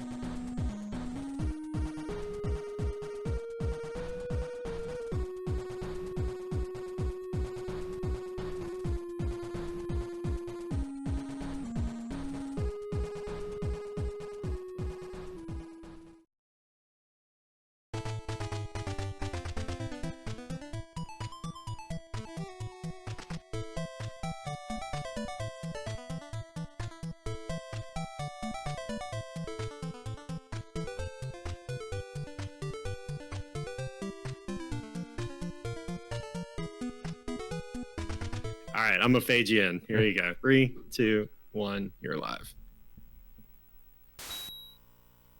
I'm live. Hey, I was just here. What happened? Sorry, folks. We're having a little bit of technical difficulties, so they're bringing me back in to fill in some space. We're gonna do Ninja Gaiden low percent. Oh man. So I do have the record in this category as well. I haven't touched it since like I think February or March, a really long time. I haven't even thought about this category. So we're just gonna go for it. We're gonna do the same thing, the Rossetti Spaghetti with the global timer, but we can't get any power-ups and we can't kill Well, we can get a power-up, right? We just can't kill any enemies with power-ups. That's a no-no. That's not low percent anymore. I really don't remember this run like at all. So this should be a good laugh. Without further ado, Rossetti Spaghetti. 3, 2, 1, let's go. All right, so those enemies called the Three Stooges, they let us pass without incident. Really cool. We're going to take top route here because it's just a smidge faster than bottom route. In a second, we're not going to collect the most overpowered sub-weapon in the entire game, Spin Slash. I really don't remember this run. But a lot of it's going to look the same, except for the parts that don't. Particularly worried about like Act 6. There's that bit that I said that's really difficult without Spin Slash. And I think I remember how to do that. Nobes, we got to do like sword rhythm stuff.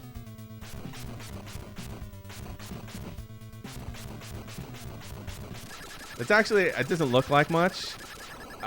But to get optimal hits there, it's actually super difficult because you can't just mash out. You can't just mash out the B button. You have to wait for the animation to be done.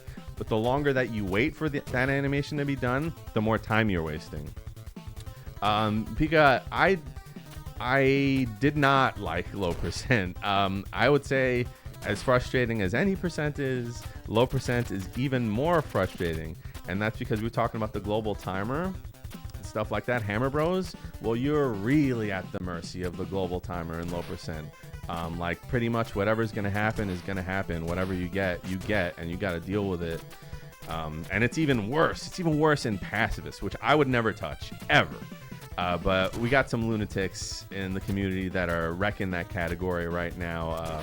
Shout out to my boy Beta X Complainer, who's putting in work. He recently got second place in that run. But it was a fun grind. It was a really difficult record by Knuckle Buster to eclipse, and oh man. So we gotta wait here for these. We don't have Swag Star, no Swag Star. So we gotta wait for the runners to go by. Cannot get the fire shield here. This is dicey.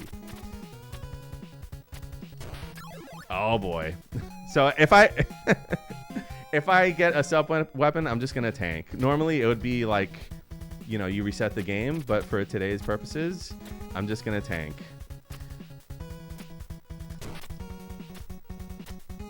Okay, that's a bit of a tight jump. It's not like really difficult, but it's pretty tight.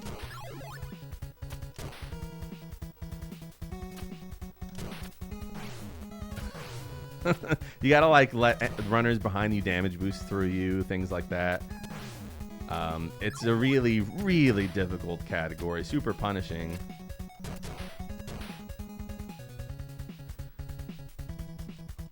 All right, so we'll try this again. Same thing, sword rhythm.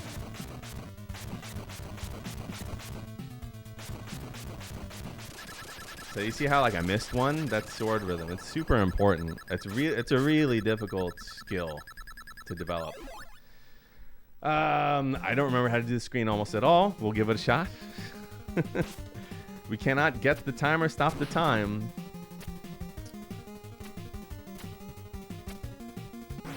Okay, yeah, I'm remembering things. You let the cheetah boost you there.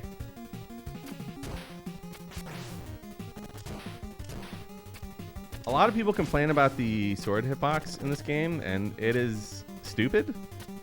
It's non-intuitive, and there is something that happens in like an overlap scrolling glitch that if you're scrolling the screen, no matter how dead on your accuracy is, your sword will go right through an enemy. That, in my experience, is pretty rare. You can still go for the double bird boost. That's the same. Double scree. Scree, scree! And since we're in such an unusual situation here, I'm going to go for something super stupid. We call this one the Butt Clinch Cliff. Hoot! Cha! We got it. So we can't use Fire Wheel here. We got to just kind of chase him down. Uh-oh. Uh-oh. We died. Oh, no. Death number 3. Oh, we got to start the whole level again anyway. Let's go. I told you this would be a mess. This is what they wanted, so this is what you're getting.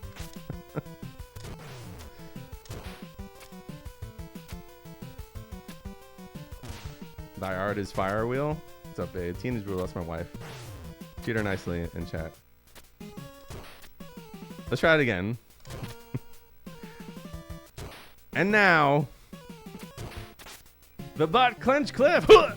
Cha! Oops. We're gonna try this because I could do some vertical mash stuff here.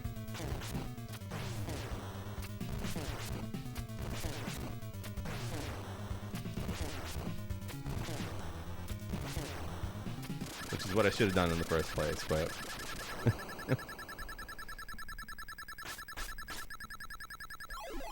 whoops. Okay, my brain, oof, it's cooking. My brain's cooking. I don't get that. You don't want Ninpo either. So interestingly enough, something that happens. Oh no, that's not how you do that. If you have extra Ninpo, Jesus Christ. If you have extra Ninpo at the end of the stage, it counts down before the end game timer and you lose time because of it. So you don't want to get any Ninpo in this category. I don't remember how to do this. Okay, we got the bat boost this time. Quick climb. I'm just gonna do this. Wait, what? Tip for grabbing ladders is you want to make contact with them in order to grab them. Can I get some kind of shout out for this? Pain on full display. Pain. I don't remember this category. But if you want to try this category, yeah, definitely give it a shot. Give it a shot. Try something new. I don't remember how to deal with this guy. Let me see. There we go. Yeah. There we go. That's fine. That's fine. Okay. Please.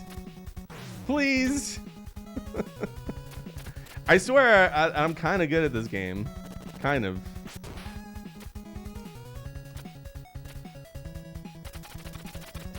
Save face with a sick climb. Ouch. My ego. What a mess. Let's go. I'll kill you. I don't remember how to do this either. I'll murder you. That's the same. Then kill you. And murder you. Don't cancel, then I jump on the bridge. I think the strat is we gotta like hesitate, let that guy go through us, and now we've made it through, I guess? Question mark?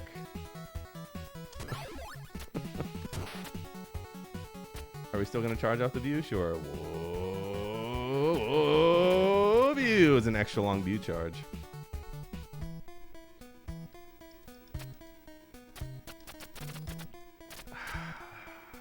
I don't remember.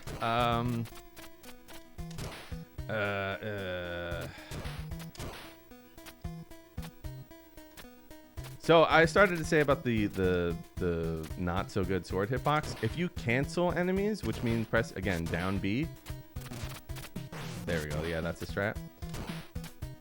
You'll pretty much hit them every time because that cottage cheese sword glitch that happens. It happens because the screen is scrolling. So by pressing down, if only for a frame, right?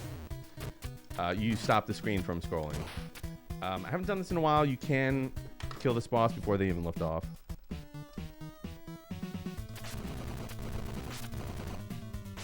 Not bad. Not bad for not having practiced that like in a very long time. You can kill those guys before they even lift off.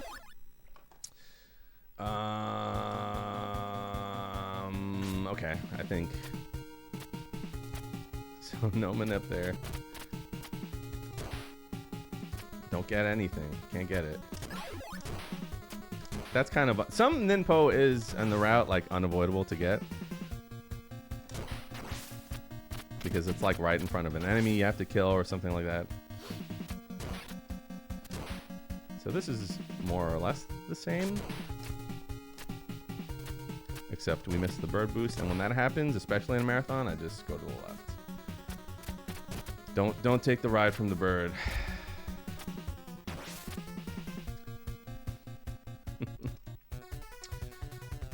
This is also more or less the same, except we don't get spin slash.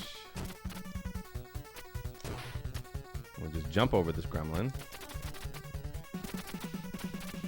I don't remember how to do the next screen at all, but we'll figure it out. I think what I want to do is cancel this guy and cancel this guy. Yeah, there it is. There it is. This is, well, we got to do that, right?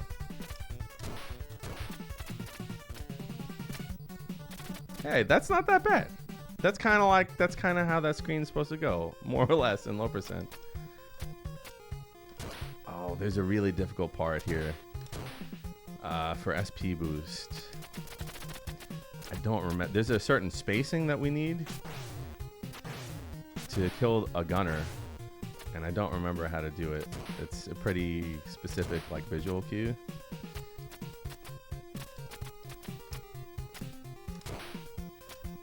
Okay, we got it. I'm just gonna do this because I don't remember. Still got the SP boost. Yeah, he wildin' Soda Pony. You take the damage boost there because we don't have spin slash. Man, the gremlins are so small, their hitbox is pretty hard to hit with your sword. Okay, let's see if I can do this. You can 3-cycle mouth is optimal for low percent. I don't remember how to do that. We're going to try that. Oh, but we're already out of it.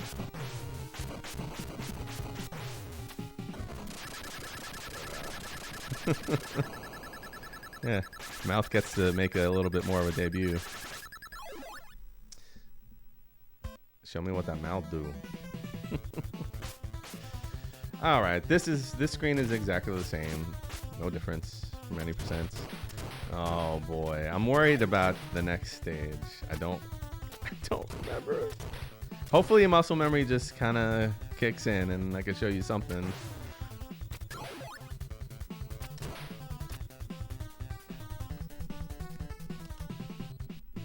What a guy. Okay, so we don't have, oh wow, active hammer row there. We don't have a swag star, so we can't get rid of the doggos behind us.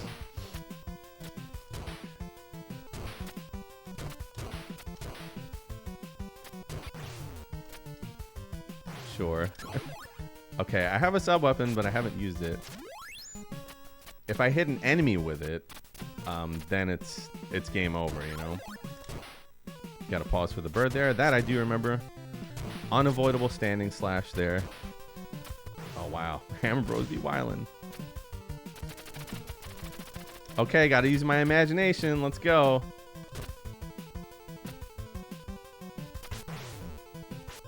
Oh, hold on. Hold on. I don't remember. Okay. At least make it to the next screen. There we go. Here, I'm gonna die. Oh, that's a game over. Why did I do that?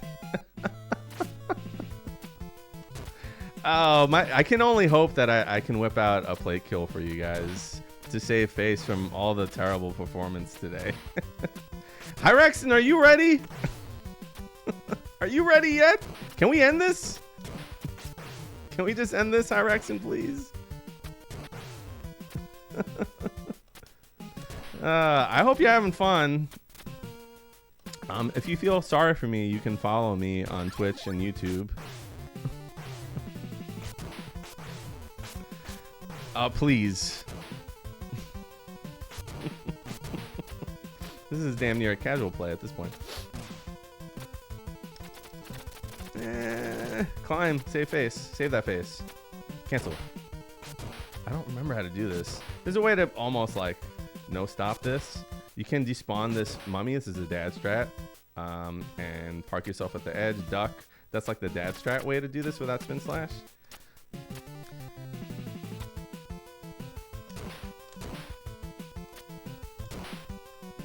And you can still do like a modified gremlin boost there. Thank you for vouching for me, Kaz. I'm just gonna die here. I swear that I played this game a lot and I can do cool things.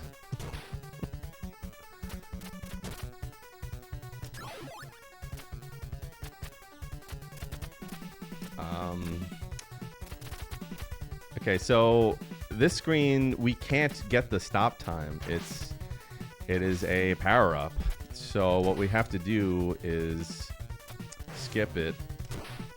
We jump slash. Okay, jump slash that guy. Pause a little bit here. You can actually no stop through that if you're lucky. But the way that this run is going, I'm not taking any chances. We can totally still do the fast, beautiful of belly boost because originally it is a low percent strat.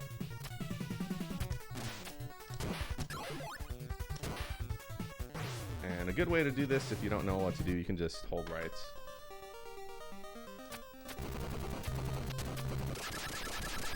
All right, save face.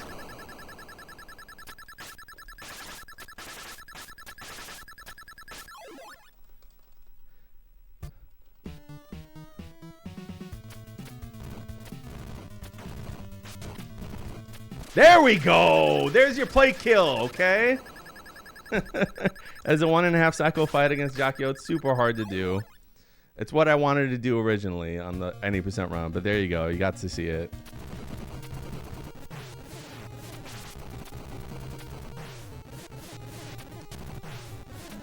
There it is. Please stop. Stop this. That was only like a 16-minute run. It's almost a 17-minute run. I haven't touched low percent in many months. I did grind for the record, and then I hung it up. If you like pain, and you're a fan of the sword not working a lot, and you just kind of you're a little bit too happy in your life, and you need to be knocked down a peg, give low percent a try. But hey, you got 2 doses of Retro Runner today. If you had some fun, please. We're all very friendly. We have this little community, this little corner of the internet. Come by, man. Come by, and have some fun with us. Like, it's not all like super sweaty speedrunning stuff. We have a lot of fun. We talk about like pop culture or like how your day went, and we get to know each other like really well. Come by, man. I invite everybody in chat. Please come to our stream and have a good time with us. But once again, as I say on stream, that's all the time I have for today. Ninja Vanish. I'll see you on the flip dip. Keep on shredding games.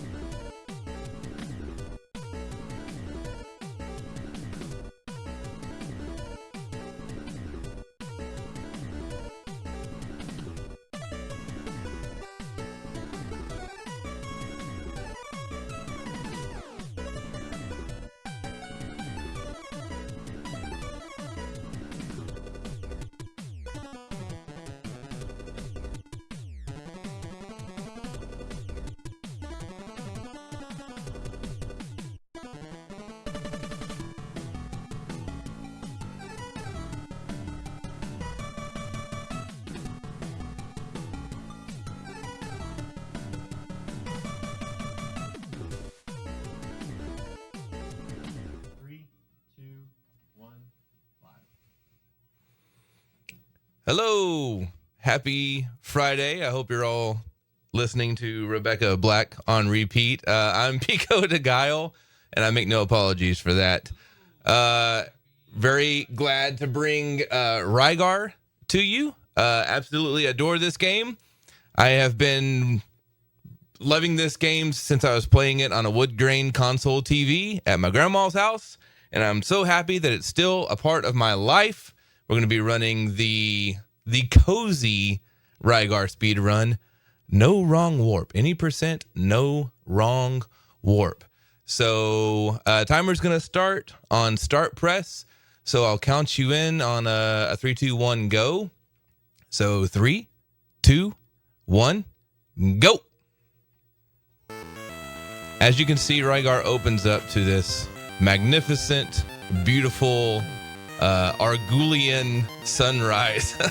If you wonder what I mean, we're going to save the turtle from making a dangerous mistake.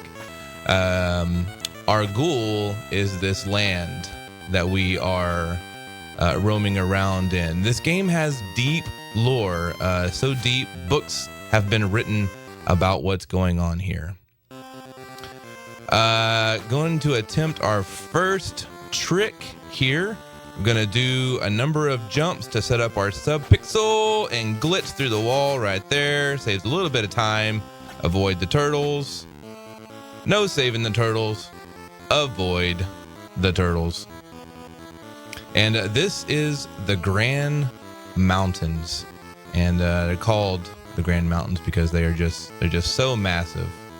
But a little bit on the lore of this game. So in the land of Argul, this was a holy place, until the evil Ligar. That's right, Rygar's nemesis is named Ligar.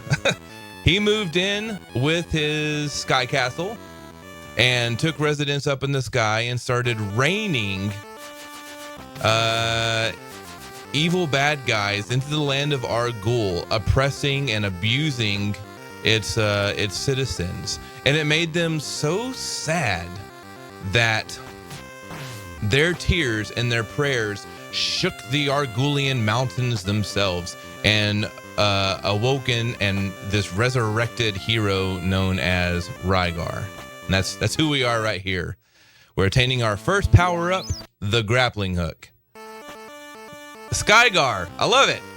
We're gonna abuse Rygar with a death warp to take us to the beginning of this top-down area known as Garlogs.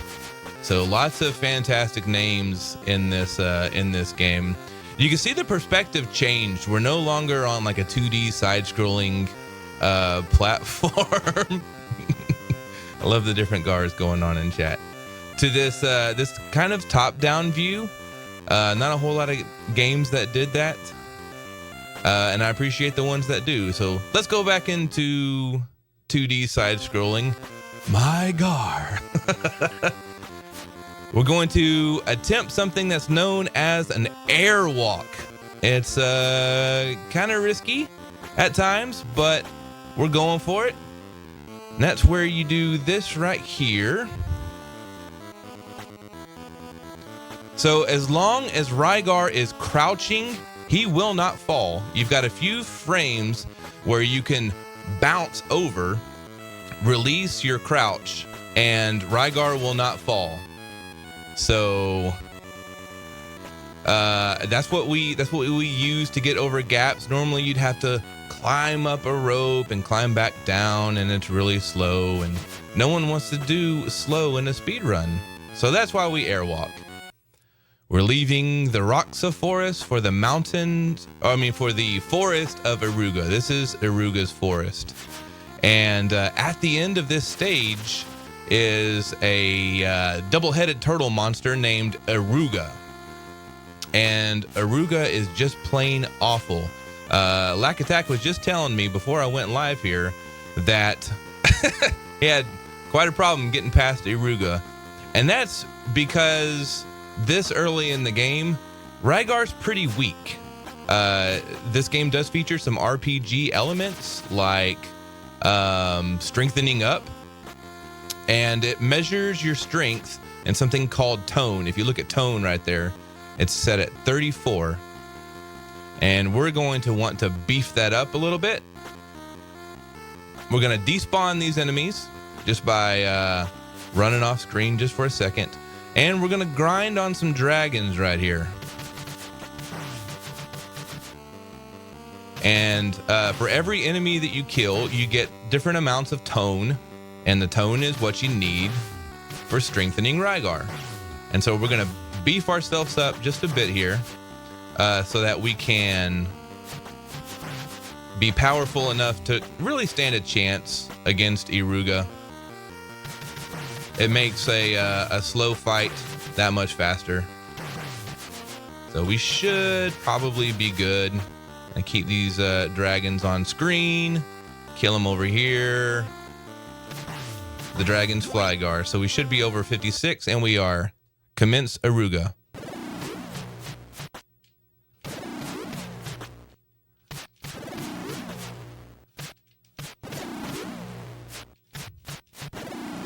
And I'm sorry for not talking, but this is concentration heavy. I don't want to show you the dead man bounce. Because Rygar basically planks when he dies.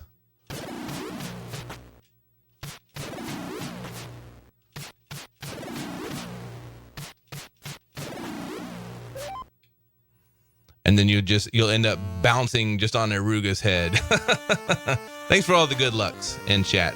So now we've obtained another weapon that allows us to align Rygar's belly button to that rope that it connects this crevice here, this crevasse, this little river, beautiful river. You can fall in it and die, but now we're able to scale the ropes across it. Thank you to the Endora god that handed us this power up. We're going to the next little bit features the best music in the game. It's called The Den of Sagila, or affectionately known as the Cave. But first, we have to get through Sesame Street. And since I'm low on health, I'm going to go ahead and take a death here, just so that we make it through Sesame Street. And the reason it's called Sesame Street is because you have these big birds coming at you from all directions. This is definitely the hardest screen in the game. I've already gotten hit twice. And Rygar is completely vulnerable when crossing these ropes. So you're really at risk to get damaged there. And really all over these places. We call these birds twerking birds or twerking dragons because of the fascinating rumple movement that they are doing on their behind as they bounce. Now we're in the cave. We're going to take another death here just for the health. Just for the health of it. Here we go. Now there's one more speedrun trick coming up. We're going to perform a grapple wrap to skip a large section of this cave, which is a pity because, you know, the music is so great. The grapple wrap is coming up, and it is the spot of this speedrun that I have been most nervous about. It's the one that I was practicing right before we went live. And here we go. And we got it. Sweet. So we're going to come down here. Laggar. I'm going to shut up so you can hear the music.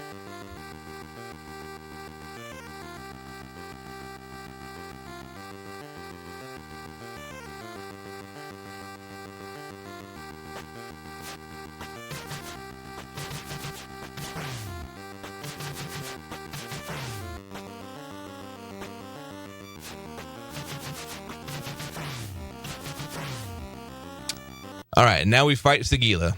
The music is gone. And Sagila, oh, we whiffed. We whiffed on Sagila. All right, let's go. Okay, we're gonna wrestle this spider back in and do this not monotonous at all. Bouncing back and forth. You've basically got Sagila trapped here. So as long as you don't pop up like I just did. I just wanted to demonstrate what happens if you do pop up. So you get tagged. Sagila tags you. So now we're through the cave, over the river, and through to the Palace of Durago. And you'll see that the Rygar map is absolutely massive. There's doors everywhere. They lead to different hermits and Endura gods that say different things. Some of them give you hints of like where you should go in the game. Some of them say absolute gibberish. Like apparently one of these hermits has a daughter that's been kidnapped, and he'll tell you, he's like, hey, if you see Durago, will you let him know to return my daughter? It's like, what the crap? What does that have to do with anything in the game? Except somewhere there is a magnificently giant hermit-esque daughter roaming around somewhere in the land of Argul. And just that thought really makes me happy. It makes me very happy. And we've gone from, the best music in the game to the worst music in the game. This is affectionately known as the Meow Mix. And if I silence myself for a second, you'll hear why. Meow, meow, meow, meow, meow, meow, meow, meow. Right? 4 notes. Tecmo spent all of their budget on the cave music, that they couldn't afford anything for this area. Now here we're going to grind on some Germans. Now before I get terms of service over here, what I mean by grinding on Germans is we're going to power ourselves up by grinding on these beefy, crawly babies and onesies.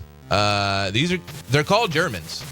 They're called Germans. If you look at the Rygar instruction manual, that's what their name is. So we hit this little spot right here, which basically brings their spawn point back and forth onto the screen and spawns a bunch of those, and then we take them out. We do a little wiggle, grind on some Germans. We do a little wiggle and grind on more Germans. We're going to do this until we get 4 health bubbles down at the top.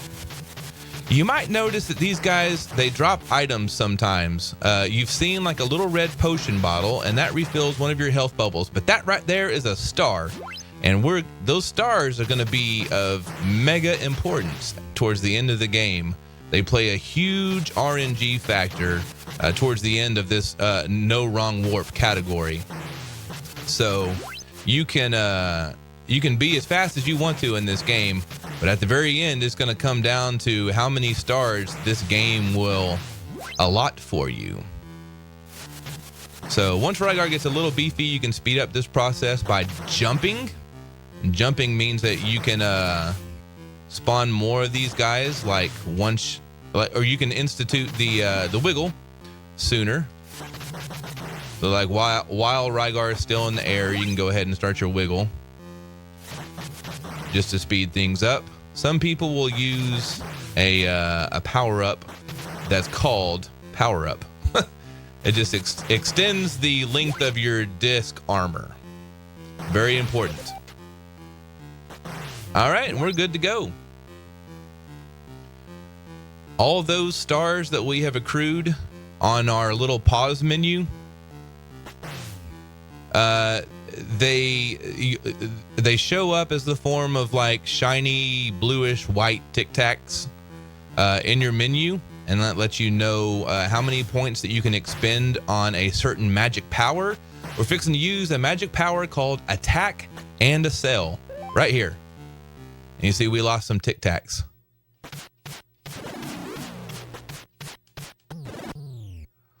All right, defeated him. There's an Endura god. I'm going to grab his item, and then we're going to splash in the drink. Game over. Start at Garlaws, go through the door, back in the Grand Mountains.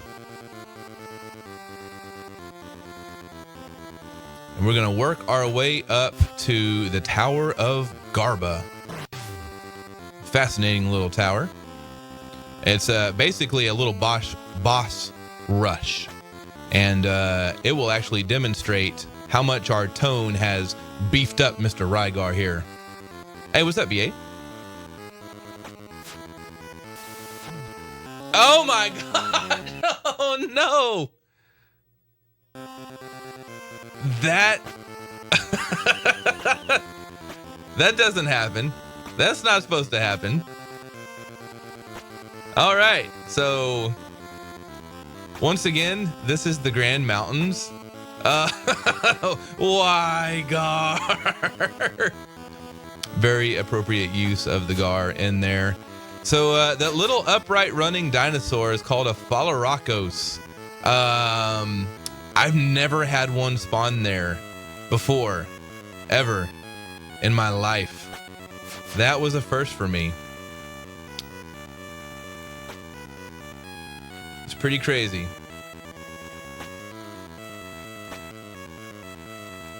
And now I'm just mad at him.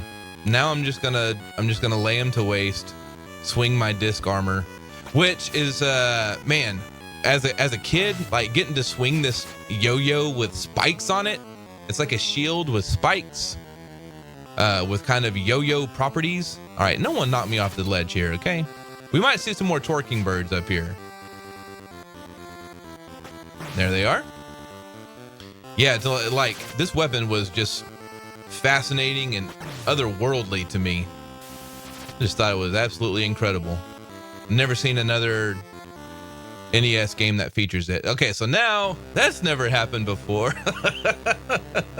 Yeah, performance anxiety, performance issues, it happens. These snails are basically Iruga, that double-headed turtle that we fought at the end of the forest. It's like more versions of them. And so, like, it's a boss rush. You got 3 turtles. Here comes the third one. You can actually just jump over that other one. We're going to take this rope up. And here is Damora Bruiser. It's literally a dinosaur who's riding on some sort of tank wheels. Pretty interesting. And then this is Death Pygor. Hopefully Death Pygor plays nice, leaves me a little bit of health. He did. I am going to send him a Christmas card. And now back to... Oop. Now we're counting stars. We really want to smash any enemies who are in our way for the chance at getting a star from them. Because we are going to need a total of 5 stars. We have 1 right now. We're going to need 5 stars to be able to use Attack and Assail again. And basically what Attack and Assail does is anytime you swing your disc armor, whatever enemies are on the screen are going to be damaged by your disc armor.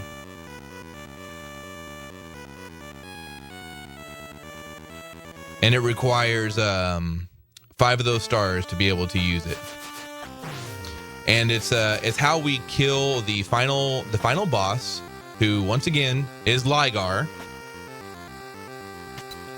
It's how we kill him quickly, because he does an awful lot of damage. We've got 1 more area to cover. We're gonna pay a visit to Cave Grandpa. So over time, these hermits became known as Cave Grandpas, and they give you nice oily back rubs like this one, who says, hey, just come on into my cave. I've got a little oil warmed up. Let me just rub that warrior back of yours, and he just refills your health. And it's a very intimate thing, but it's crucial. It's crucial for not dying. So that's what we're gonna do. We visit Cave Grandpa. We have another small we have another torquing. Oh, there's a triple pack. Oh, and I missed it. Oh, it timed. I didn't. Oh no, I got it. Okay, I got it. That is amazing. That's what you want in a speed run. You want that kind of triple pack. We just got 3 stars in 1. So now 1 more star and we are ready for the final boss. Yeah. Yeah. Oh, you heard the get sound? I didn't. I was probably talking at the same time. And I didn't. This is an area called Lapis. It's filled with gently, cuddly robots whose only purpose in life is to hug you. They have both arms outstretched and they're looking for those hugs. If you have the hug emote, feel free to spam it in chat and we'll all feel the warm robot love that is present only here in Rygar for the NES. Greatest game ever. One of the only games that is, I believe, worthy of following the Retro Runner. That was an amazing low percent run. What a champ. What a champ. That was great. Big fan of the Retro Runners. Hey, we got more hugs. We got more hugs in chat. We're going to bash some of these robots. Some of these hugging robots, we're unfortunately going to bash some of them because they fall from the sky. And they do tend to drop stars. And so stars are something that we need. There's another triple pack. Oh my gosh. We are full. We are chock full of stars. I can't believe this luck. I feel like maybe the game is trying to compensate for spawning that Philaracos and knocking me over the edge. It's like, okay. Let's give them the stars. Which you take the good, you take the bad, you take them all, and then you've had a Rygar run. A Rygar run. This is Belvedere. Call this guy Belvedere. He throws fireballs at you. You dodge those pretty easily. Grab your the last item that we need. And now we're on to the final area. It is the final countdown. We're going to swing through Cave. Well, Cave Grandpa's Cave is up there. We're just going to say hi in passing. We're going to go through an area of the game. All right, if you ever played this game casually, you probably got lost here. You have something that's known as the Flute of Pegasus. But what do you do with the Flute of Pegasus? The game doesn't really instruct you. So let me tell you, this is what you do with the Flute of Pegasus. You come to this area and you grapple up right here into kind of no man's land. Now you're on these high towers, and it looks like, oh, there's nowhere else I can go, except you go further up. We're not going to worry about these bats because we have all of the stars that we need. And you keep going up, and you keep going up, and you keep going up. And when you get to this screen, you play your flute. And it spawns this ladder, and you see Ligar's Sky Castle in the background. What an ominous, dark presence. It would make me want to cry so profusely that a ancient warrior would resurrect and save the day. This is Ligar's castle, and you have to walk the long way around it. He really wants to intimidate you with the immense size of his castle. So he's like, all right, you're gonna have to walk all the way around it. Even before you get in, you're gonna have to see just how large my domain is. You do not have to walk around it 7 times. There's no 7 times. There's no trumpet blowing. There is a little door. There's a little door right up here, and that's where we're going to enter. And now we're gonna face these guys known as shadow monsters. Basically, darkened sprites of other enemies in the game. These doors are a little bit glitchy, but we are so beefy, we take them down pretty easy. Oh, here comes the trick. Here comes another trick. There's actually a part of the sky right here that you can step on and you won't die. Right there.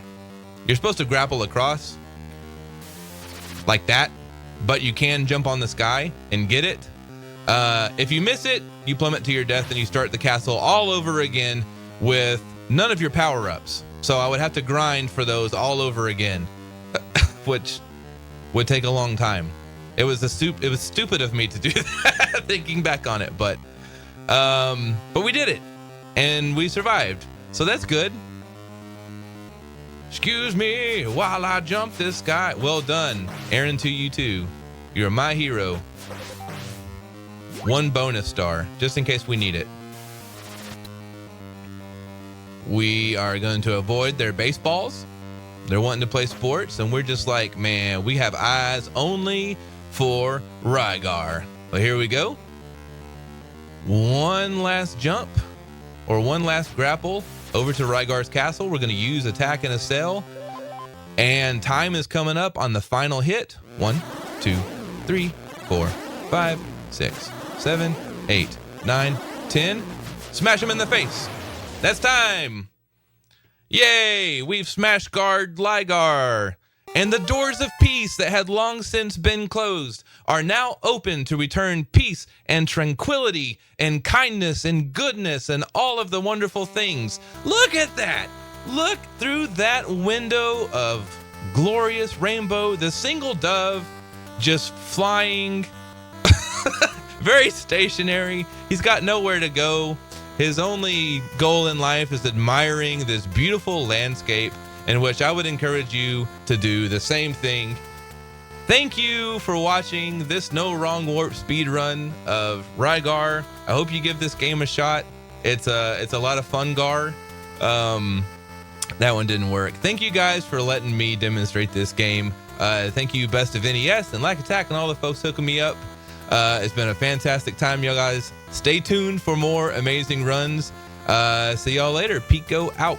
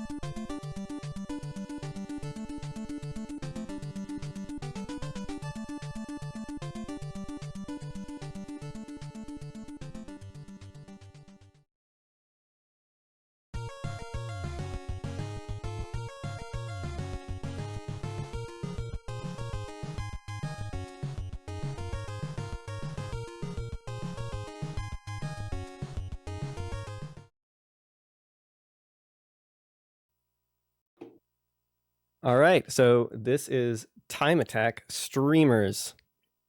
If you guys have never played Streamers or haven't heard of it, you haven't been paying attention. This is one of the best homebrew games for the NES and one of the early ones.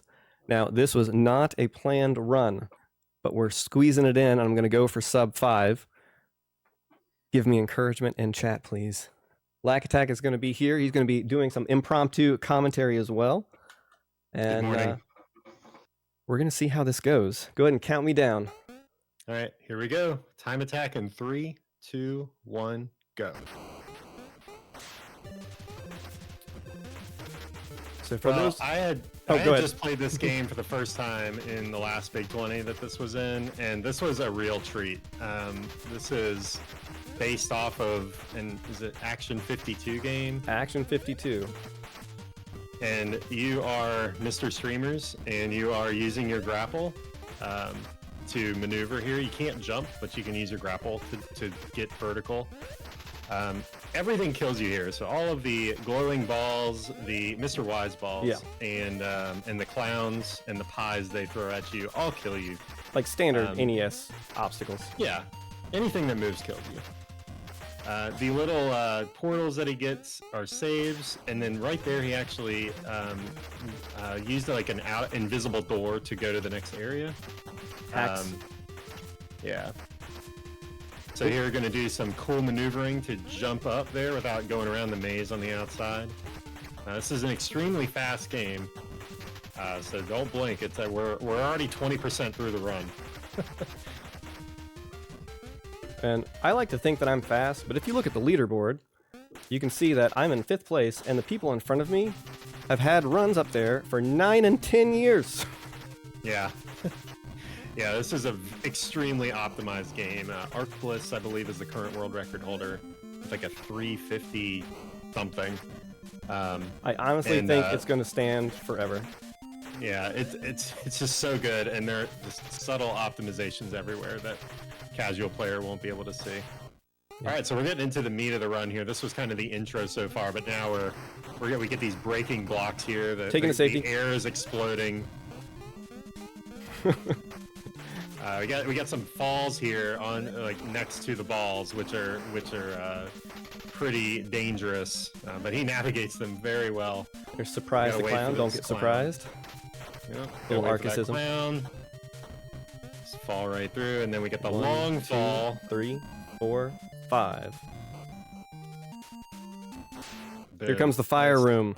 Yes. Type the in chat. How infamous many times fire is it going to room. take? First try. Easy. All right, we can still die here, but looks No like, fear. No fear at Some all. fear. Love it. Well done. All right, he falls in here to set up a skip over this clown. See if he gets it. No way. No way. No, Not not a even chance. close. I don't do that in speedruns. I didn't know if you were going for it or not. No way. There are lots of minor time saves all over this game, and you might not notice. You might think, wow, he's going really fast. But one extra, just A press, is a time loss. And if you watch some of the really good runners and compare it to the other PBs, you'll see they're saving like 1/10 of a second, 2/10 of a second per screen. And here you can make this pie cycle. Just makes it. That pie does go through the wall, so if you don't get it. Looks hard? Not Ooh, hard. nicely done there on the zigzag. Wait for the pie to hit the fire. I do enjoy pie. But Me Not too. in this game. Don't want to get pied. A good cycle. Yep. Grabs a save. Up and over. Oh. I'm not scared. You're scared. Yeah, good save here. Takes about 1.5 seconds, and that is a very, very tight jump. Just weird timing. So we're going to the last section. The escape sequence. That's 2 escape sequences so far. Yeah, lots of escaping. Very nice. Cheetah man. And so yeah, he has to kind of space his mashing a little bit. If you mash too fast, you can actually lose the grapple in the ceiling and die, so you have to kind of rhythmically do it. And then one last jump there to get over the Mr. Wise balls, and time is coming up on door Time, entry. 4:20. and That is a sick run. He was What like, a "I hope run. I hope I get sub 5. What a run. Wow. Not planned. Amazing. Deathless, too. Deathless. That was extremely good. Yeah, that is a 7th or 8th place run on the leaderboard.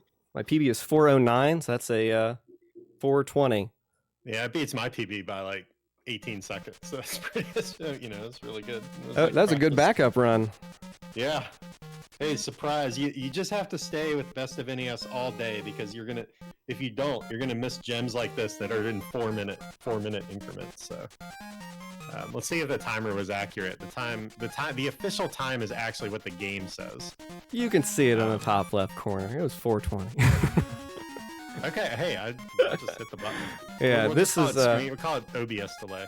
Yeah, this is a really great speed run to do for a couple of reasons. One, there's safeties that you can add in yourself by grabbing those little save points, and it has an in-game timer. You don't need to worry about live split. You don't have to worry about anything. It's got its own in-game timer that is incredibly accurate. So here we get to see the final stat screen here.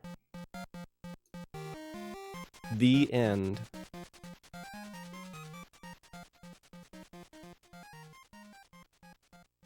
I'm kind of surprised that was deathless. Yeah, it was really good. 420-28. 420. Score was almost leet. Very nice. Yeah, it is if you shove out the numbers in the middle. Yeah. Cool. I think we have time for another run, different game. So if you want to switch, you can do either one. We've got a little time before our next runner. Probably time for one. Yeah. So So we can get set up. chat, we've got color a dinosaur and Great Waldo search. What do you want? What do you want to see? Type in chat. You got to be fast though. It'll be a chat. I'm gonna just look and see. Yeah, Lack's gonna make the call. It's between color a it's- dinosaur and Great Waldo search. It's actually like tied. All right, the next one I see is what we're gonna do. The next one that comes in, and someone said poll. Not doing a poll. This is impromptu. Dino. It's dinosaur. Dino. Color dinosaur. All right. All right. Let's see if we can. What are we doing? It's color one dinosaur. We're gonna do any % one object. Okay. And if there's time after, we'll color as a community. There's always time to color a dinosaur. All right, Lack, this is going to be hard to keep up. Do you think you can do commentary for this one? Yes, I will try. All right, you can count me down. I haven't played this in forever. I actually literally did have the world record in this. This is not just a meme. I played this like a couple years ago around Christmas time, and I spent an entire night just optimizing this. Someone took it from me for some reason. Yeah, one of the rare NES carts too. I think the cart's actually like over $100 for this. Yeah. So, all right, ready? Yep. 3, 2, 1, go. All right, and we're picking the Stegosaurus, I believe. And he's going with a nice coral. Actually, is that the? I don't know which It's one. like this is called. orange. Oh, so you just have to do one in each of the dinosaurs. Yes. So one object. one toe. Okay. Is it like Mario Paint where it fills in like over time, or does it? Yeah, over time. And so, Oh, it's like, like you just want to a get nail. you want to get the smallest object possible. I see. Wow, the optimization in this game is just Oh no! completely unheard of here. Horrible error. Oh, See, no! this is what That you mean was time a loss. huge- This is what you huge get for not mistake. practicing. See, this is a backup run. Huge mistake.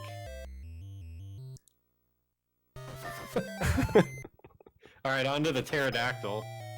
See, you get the And pupil. We color an eyelash pupil thing. Yeah. I wish it would tell you like, hey, this is a whatever dinosaur. Is that like the one that spits at Newman in Jurassic Park? Is that the Dilophosaurus or whatever? Honestly, there's no guarantee that these dinosaurs are real. Has anyone even seen a dinosaur? Not once. Can we? I think yeah, not even once. So I don't know if we can even confirm that they're real. That one you can see its brain. Yeah, it's got a shower cap on or something. I don't know. Dinosaurs didn't for have sure showers. what that is.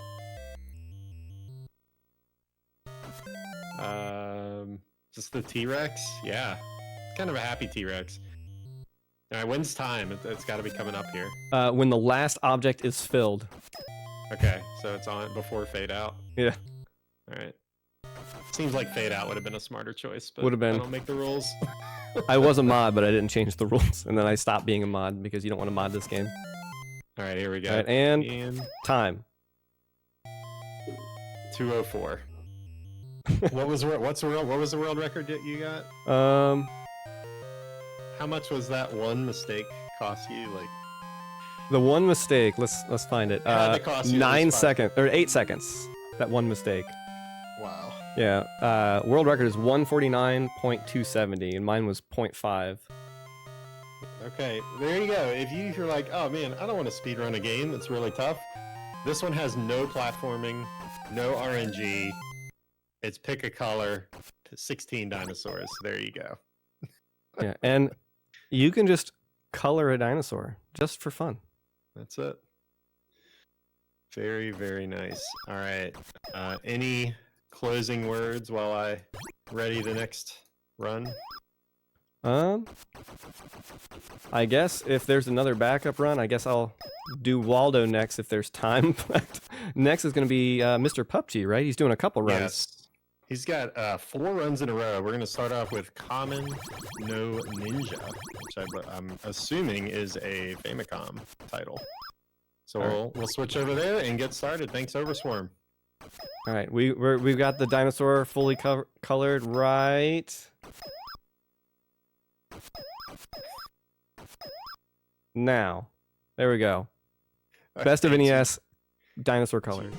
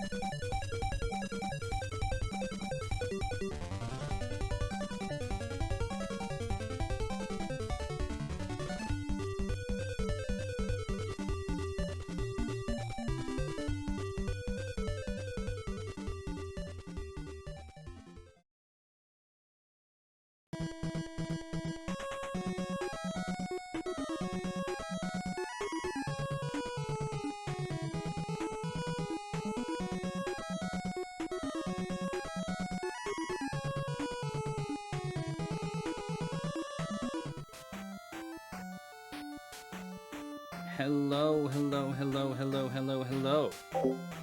Welcome, everyone. We got some speed runs for you. I believe I'm the first commentator whose audio we're capturing in the method that we're currently capturing it. So, if you believe my audio should come up or down, please let me know accordingly. So, we got 4 runs here for Mr. PUBG. I am not Mr. PUBG, I'm commentating on Mythical 9. We're going to be kicking it off with Kamen no Ninja Akakage, which is not Kamen no Ninja Hanamaru. It's a totally different game. That's Yonoid is kind of a reskin of that game. This game is not quite the same as Puss in Boots: Peru's Great Adventure. That is a reskin of this game. It uses some of the same weapons and bosses and stuff. But this is a game that is it's about using a lot of power-ups and running to the right a whole lot. I'm ready to kick it off here. Oh, nice. Mr. PUBG is going to do the countdown in sign language. So, yeah, if anyone speaks sign language, keep an eye on the webcam in the top right. Mr. PUBG will probably be occasionally signing stuff, so definitely good to pay attention to. I'm going to give them the ready signal. And we're going to get ready to go.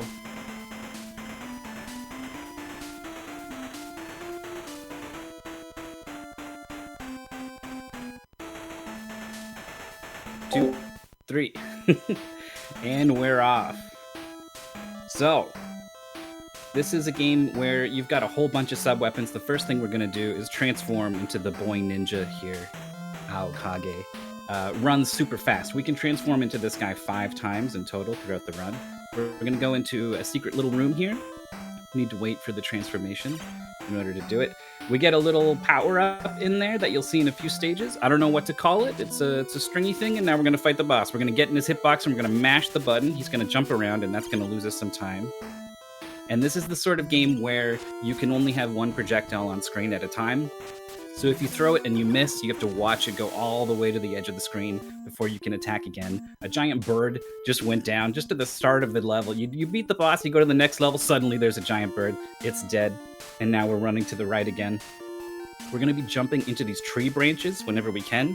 You want to jump into the front of the tree branch, and it will kind of mini zip you forwards. If you hit the left side of it, it'll actually zip you backwards. So you need to be careful. There's a couple secret rooms marked by these hearts. We're going to go in and get some goodies that will be used later on in the run. There's the second one. We're going to ignore these enemies. You maybe noticed your health refills after every screen, every boss. So we get a decent pattern. He comes to the right. We hit him with the 3 stringy things. He's dead, and we're moving on to the next level, transforming into Aokage, running to the right. The boomerangs here as well that Aokage has are pretty damaging. We'll get some of our own later on in the run, and that will be our main boss-killing weapon. But for now, you can get sort of early access to it with Aokage. But the running speed of Aokage is just too good to pass up on this screen here. We completely skip it. We switch to the bombs. We're going to try to... Oh, he is doing the advanced technique here. This is really not so easy to do. I think the input is you need to piano your fingers to A, B, start, jump, bomb, pause. We're going to use a couple of light bombs that we got from one of the secret rooms to take out the eagle here. So jump, bomb, and pause. Pausing is sort of removing the projectile on the screen, which allows you to throw another one again immediately. And then jumping is sort of the secret sauce that also lets you be able to do it. But it means that you're rising every time that you do it. So you need to be perfect with your timing in order to prevent jumping like off the top of the screen and not hitting with your bombs anymore. So that was a pretty good fight. We dipped into a secret room. We picked up some mirror images. We've got them out, and we've equipped our sword. So we're going to use that to just chop down the boss. Easy peasy. Moving on to yet another forest. Oh no, there's a frog first. I forgot about the frog. How could I forget? Look at this guy. You throw bombs in his mouth when the mouth is open. That was pretty okay. He did close his mouth a little bit. That can happen. It's random. We got unlucky. I forgot the double boss and that. Alright, we're on to the forest. This is the hidden room again, halfway through the screen. Again, these tree branches. Again, we ignore the enemies because we get a health refill all the time. There's the hidden room. And this is a good one because it has the boomerang. So we have access to this now. This is going to be our boss killer. What pattern are we going to get? Spawned him on the right, actually, and then ran right up in his face and killed him. So that was a really quick kill. There's a couple of patterns that he can give you if he spawns on the left that, for the most part, I think are harder to deal with than that one. So that was really well done. We're into the caves. There's a couple, maybe you've noticed some really rude screen transitions where if you're just holding right, as soon as the screen flips, you'll just drop into a hole immediately. So you need to be kind of ready to pre-jump. We didn't take any damage on the way here, so this is good for this boss. This boss is really likely to hit us, and he hits pretty hard. You can see it's really hard to sort of get a beat on him. The boomerang is trying to go for the long distance kill with the boomerang. Now look at this boss fight. It's top down all of a sudden. We've got this like a perspective change with a really easy boss fight. You just kind of walk up and mash down the snake point blank. No problems. Moving on to some brown cliffs. Jump up and bomb this guy in the face. He looks pretty important, but he's really no problem. We're going to win the damage race every time.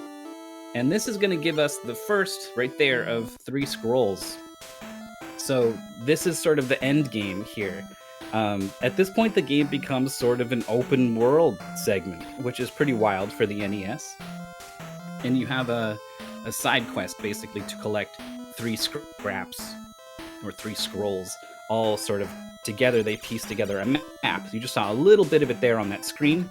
We go into that building. You can visit that building from the roof for whatever reason. And we've got 2 out of 3 pieces of the scroll now, so we're on our way to get the final one. This is sort of a reskin of the first level, so the boss is the first boss again, though we've got boomerangs this time.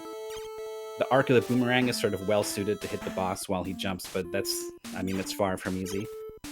We're back to the forest, using the Aokage transformation. Worth mentioning, I suppose, Kamen no Ninja was it was a manga in the 70s. And they adapted it into an anime, which my anime list tells me maybe wasn't very good. And a live-action series, which Mr. PUBG tells me is kind of okay. Maybe check it out sometime. We took the North Road on the crossroads. That's taken us to the temple. And we're here for the final scroll. Again, none of the enemies here deal enough damage to kill you by the time you reach the end of the screen. And then when you reach the end of the screen, you get all your health back. So nothing can really stop you from just running to the right. We used our sword on that wall scroll to slash and get the last scroll. So we've got all 3 pieces. We're going to leave the temple. We're going to end up at another crossroads.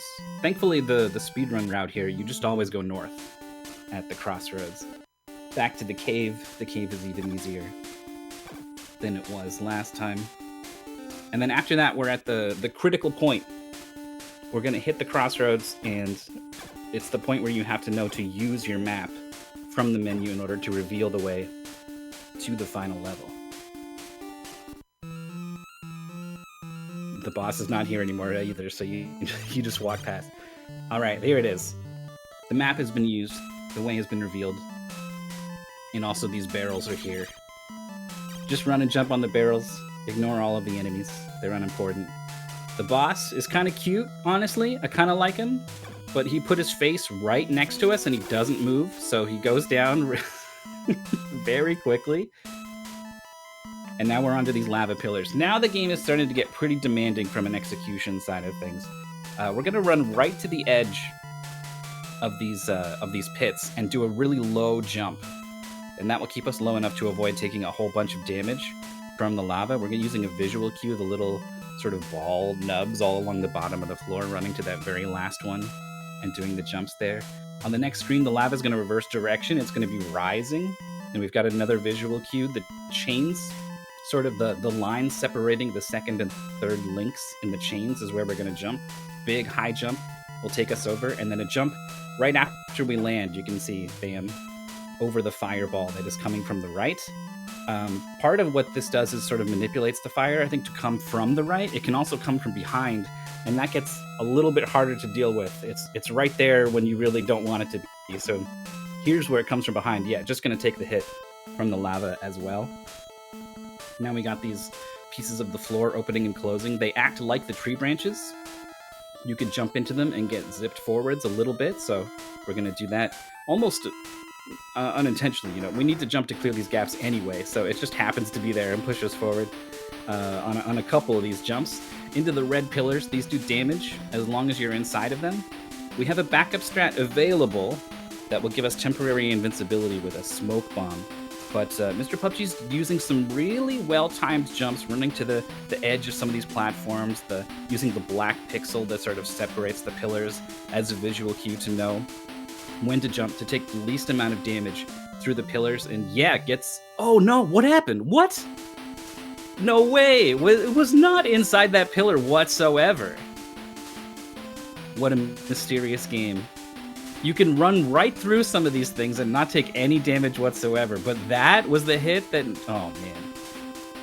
So I guess we might lean on the backup strat. But I don't know, when you've kind of proven to yourself that you can totally do the strat when you get all the way past all of the obstacles. All right, we're through. We got a boss fight. This boss can't hit you if you crouch, so it's it's pretty easy. This spear just whiffs. And she goes down. We got these conveyor belts. We're going to transform into Aokage, but Aokage looks different. I don't actually know who this is. I don't know if this is a different character. This is Akane, maybe. I looked up some of the characters in this show, this game. But she behaves, whoever this is, they behave the same. And they make a really difficult screen really easy. You just run along the forward conveyor belts, jump against the ones that go against. We got another boss that lets you get close and mash. That boss is down. Look out for the wiggly bubble diamond. What is it? I don't know. It doesn't do anything, though. And we're going to move on. So some lightning's going to come. We're going to jump over it. What I want you to know about is the final boss. We're going to try to skip it. There's a big red snake, and we need to kill it from the very right edge of the screen. So we're going to weaken it in the middle of the screen, run to the edge, and then turn around and try to finish it off. Before that, we got this knight here. We're going to use a water bomb, I think it's called. We're going to use it. It's going to kill him instantly when he does the lightning. We got this guy. We're hoping no, that's not the jump. The jump is not what we want. But he goes down. Here's the snake. All right, so this is really hard. And the snake goes left, so that's good. But now the snake is chasing us to the right. 1, 2, 3. Is that it? I think that was it. Perfect. Final boss skip. That's time. No. What? Shoot. I'm sorry. That's time. When the screen went yellow, I saw the fist raise, and I was like, oh, that's got to be it. But then I saw the screen went yellow, and I was like, I thought that's what happens when the boss spawns. Oh, that trick is so hard. It's you need to be all the way on the right edge of the screen, but obviously you need to face left to hit the snake, right? So if the snake is too close to you, there's no time for the projectile to move and you to face right. And wow, it was a good try and a good run. 10:48 is a pretty good time. I think Mr. PUBG is going to be happy with that one.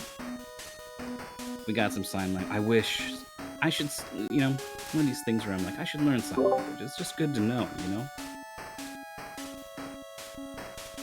Yeah, if anyone doesn't know, Mr. PUBG is deaf, so they speak sign language. They also speak pretty good vocally as well. If you stop by their stream, they'll talk to you, and it's a good time. So consider that.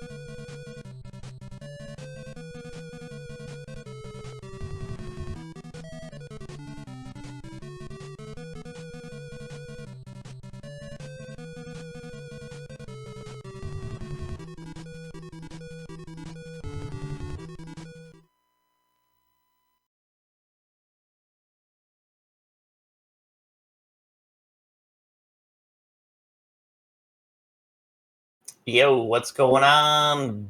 Bones, best of NES. We got Pup doing some, how was it said? I actually, Shojin Sentai Jetman. Shojin Sentai, thank you.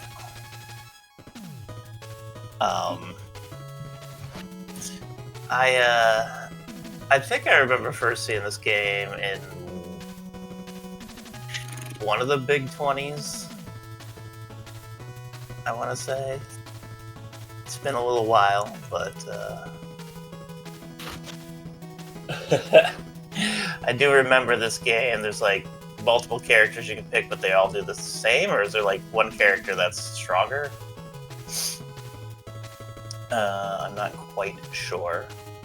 I do know that you gotta get in close and just beat the ever-living pulp out of every boss in this game. And I believe there's some RNG element to that. I think that was the biggest part I can remember. I'm uncertain. The red and the black one have a sword, which is the best one, and they also have more health. They have 8 units of health, and then there's 2 of them that have a gun, which is really weak and bad, and they hardly have any health at all.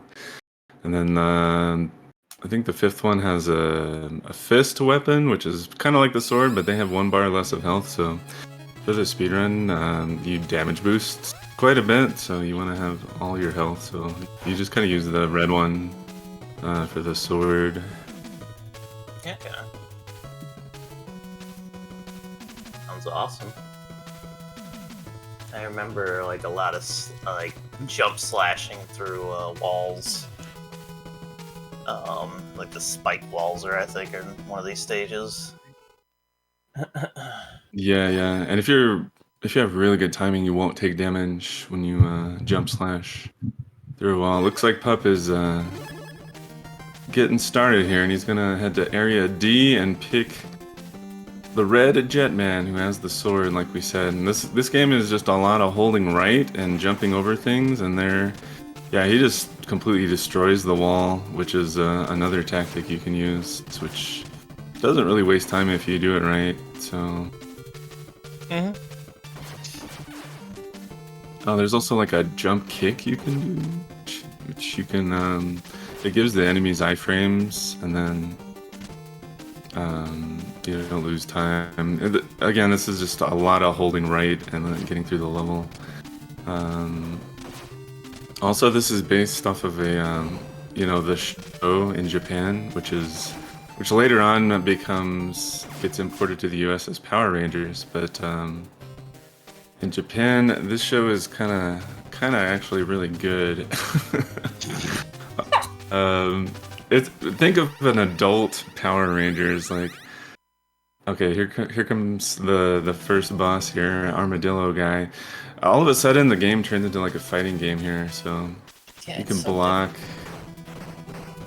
And, the Jetman get into their giant mech, which combine, like when all their 5 ships combine into the giant one. You can block, and then you gain this power bar, and then depending on how many bars of power you have down there in the lower left, you get different abilities, like a laser beam. Yeah, once you beat the boss, you get either this bird animation or the other one. The bird is slower, so it's just random which one you get. So. Really? Unlucky that you get the bird sometimes, because you just lose free time in the speedrun, which is terrible. But yeah, the show is pretty sweet. Like, I think of an adult version of Power Rangers. Like, the Black Jetman is a chain-smoking, alcoholic, womanizing gambler. And like, it's the year 1990X, and some sort of energy from birds has been discovered, and the red one is experimenting with it, and he becomes the first Jetman. But then 4 random people on Earth also get exposed, so they all join together. Yeah, it's pretty worth watching. You should go to YouTube and watch it. Is all the episodes there? Yeah, so if you search a little bit, yeah, you Awesome. can find them. Here's an elephant boss. Or a mammoth, maybe.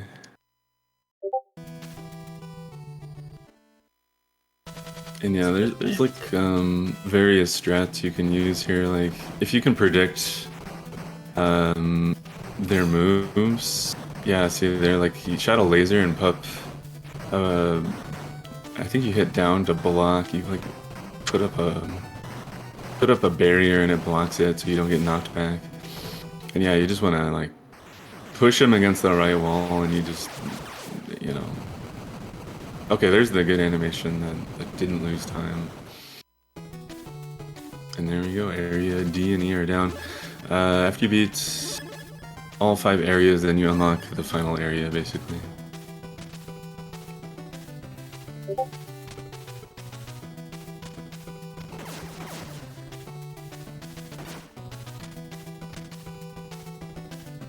It is an awesome game. It's a really neat short platformer, even though it has a bit of RNG element to it at the end of the bosses. But I think all the bosses sprites on this are so creative looking. It's a good game. It's honestly like I've played it. I've never learned to speedrun, but I did pick it up and play it a bit, and with there's like a good boost there by Pup. Oh, is this the evil? I think it's a bus. Oh, it's a bus. Okay. Yeah, a bus that turned into a giant mech. Tires have teeth in their hands.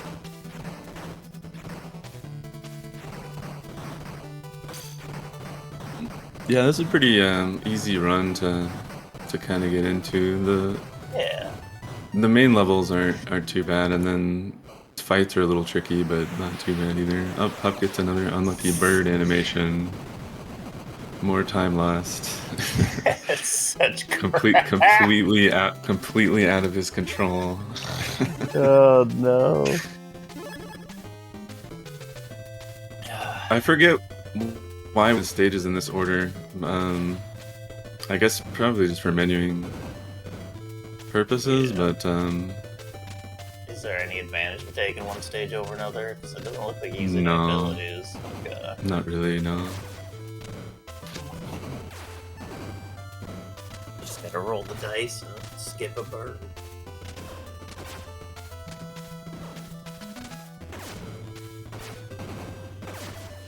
That's been a little bit of spooky.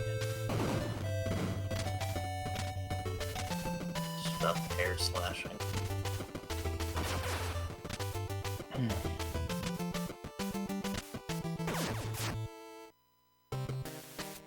Alright, boss number 4. We got a camera. It's probably my favorite one. This giant camera with body. Look out, I'm gonna take your picture.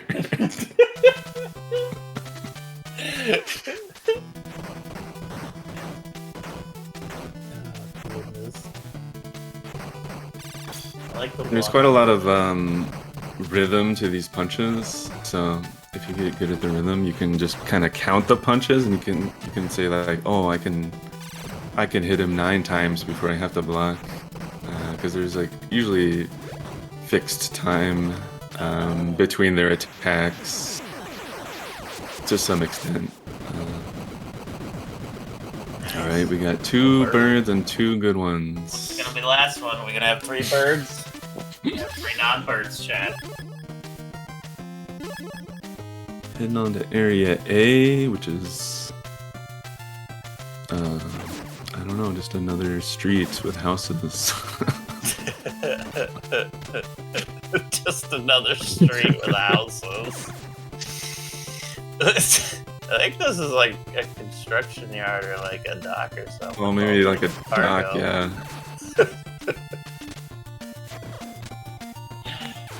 This was in an Overstorm event called Zenith, which is why I ran it. Because it was one of the games in Zenith.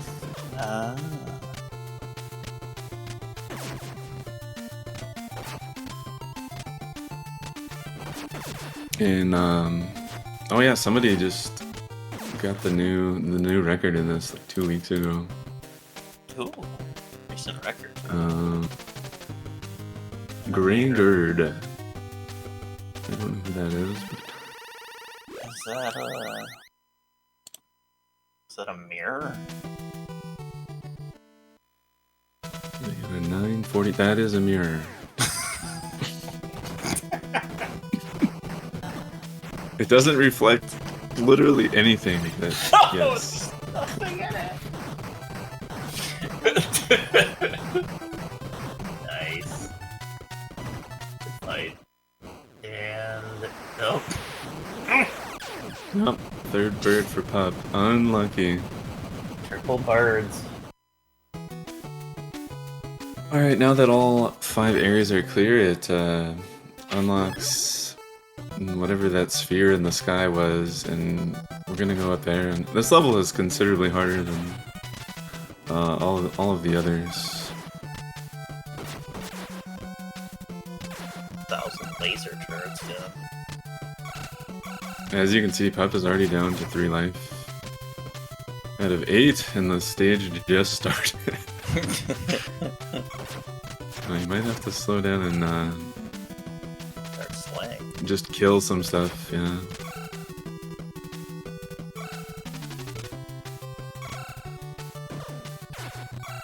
Oh.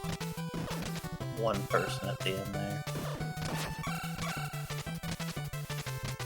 There's this one part in the show, in the first episode, where the main bad guy just shows up in somebody's coffee. He like looks down at his coffee.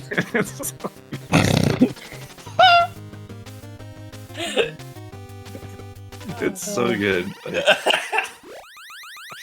original show sounds amazing. Alright, I have no idea what this thing is. It's Looks kind of like. I guess it just has a bird kind of eye, which is fitting.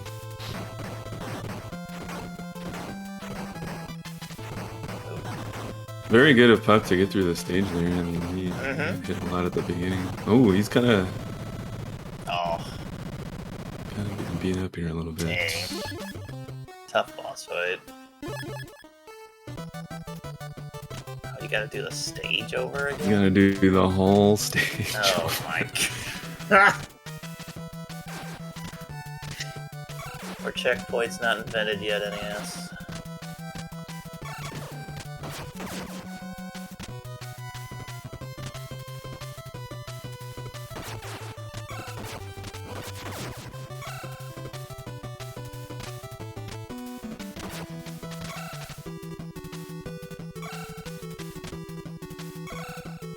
Yeah, the final boss is not easy at all. I mean, if I loaded it up right now, I doubt I could beat it. It looks very like for the rest of the fights. It looks like they actually fight back.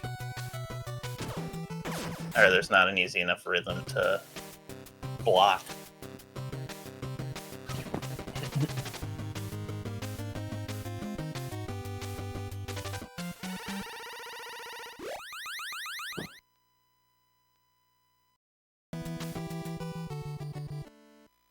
Alright, Pup, you got this. Let's go.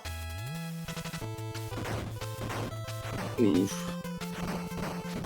Okay, right off the bat. Oh, he's got some good rhythm going. Oh, he does. In the corner, and then finishes off with the laser, and that's time, I believe. That is GG. Or PUBG. Well done, Pup. Well done. Only the one Yeah, death. GG Pup. We've got the Death Star up there. That's what I was thinking. Oh, it's a Care Bear. Got some more bird power shooting out of the chest. Oh, goodness gracious.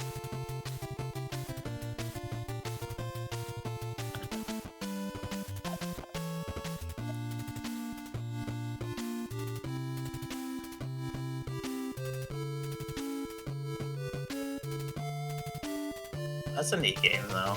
It looks like a fairly simple run to learn. Even with the RNG, some of those fun, short ones to learn are always just fun to go through and put a time up. Enjoy Yeah, for the sure. speed run. Pretty short game, too. Excuse me.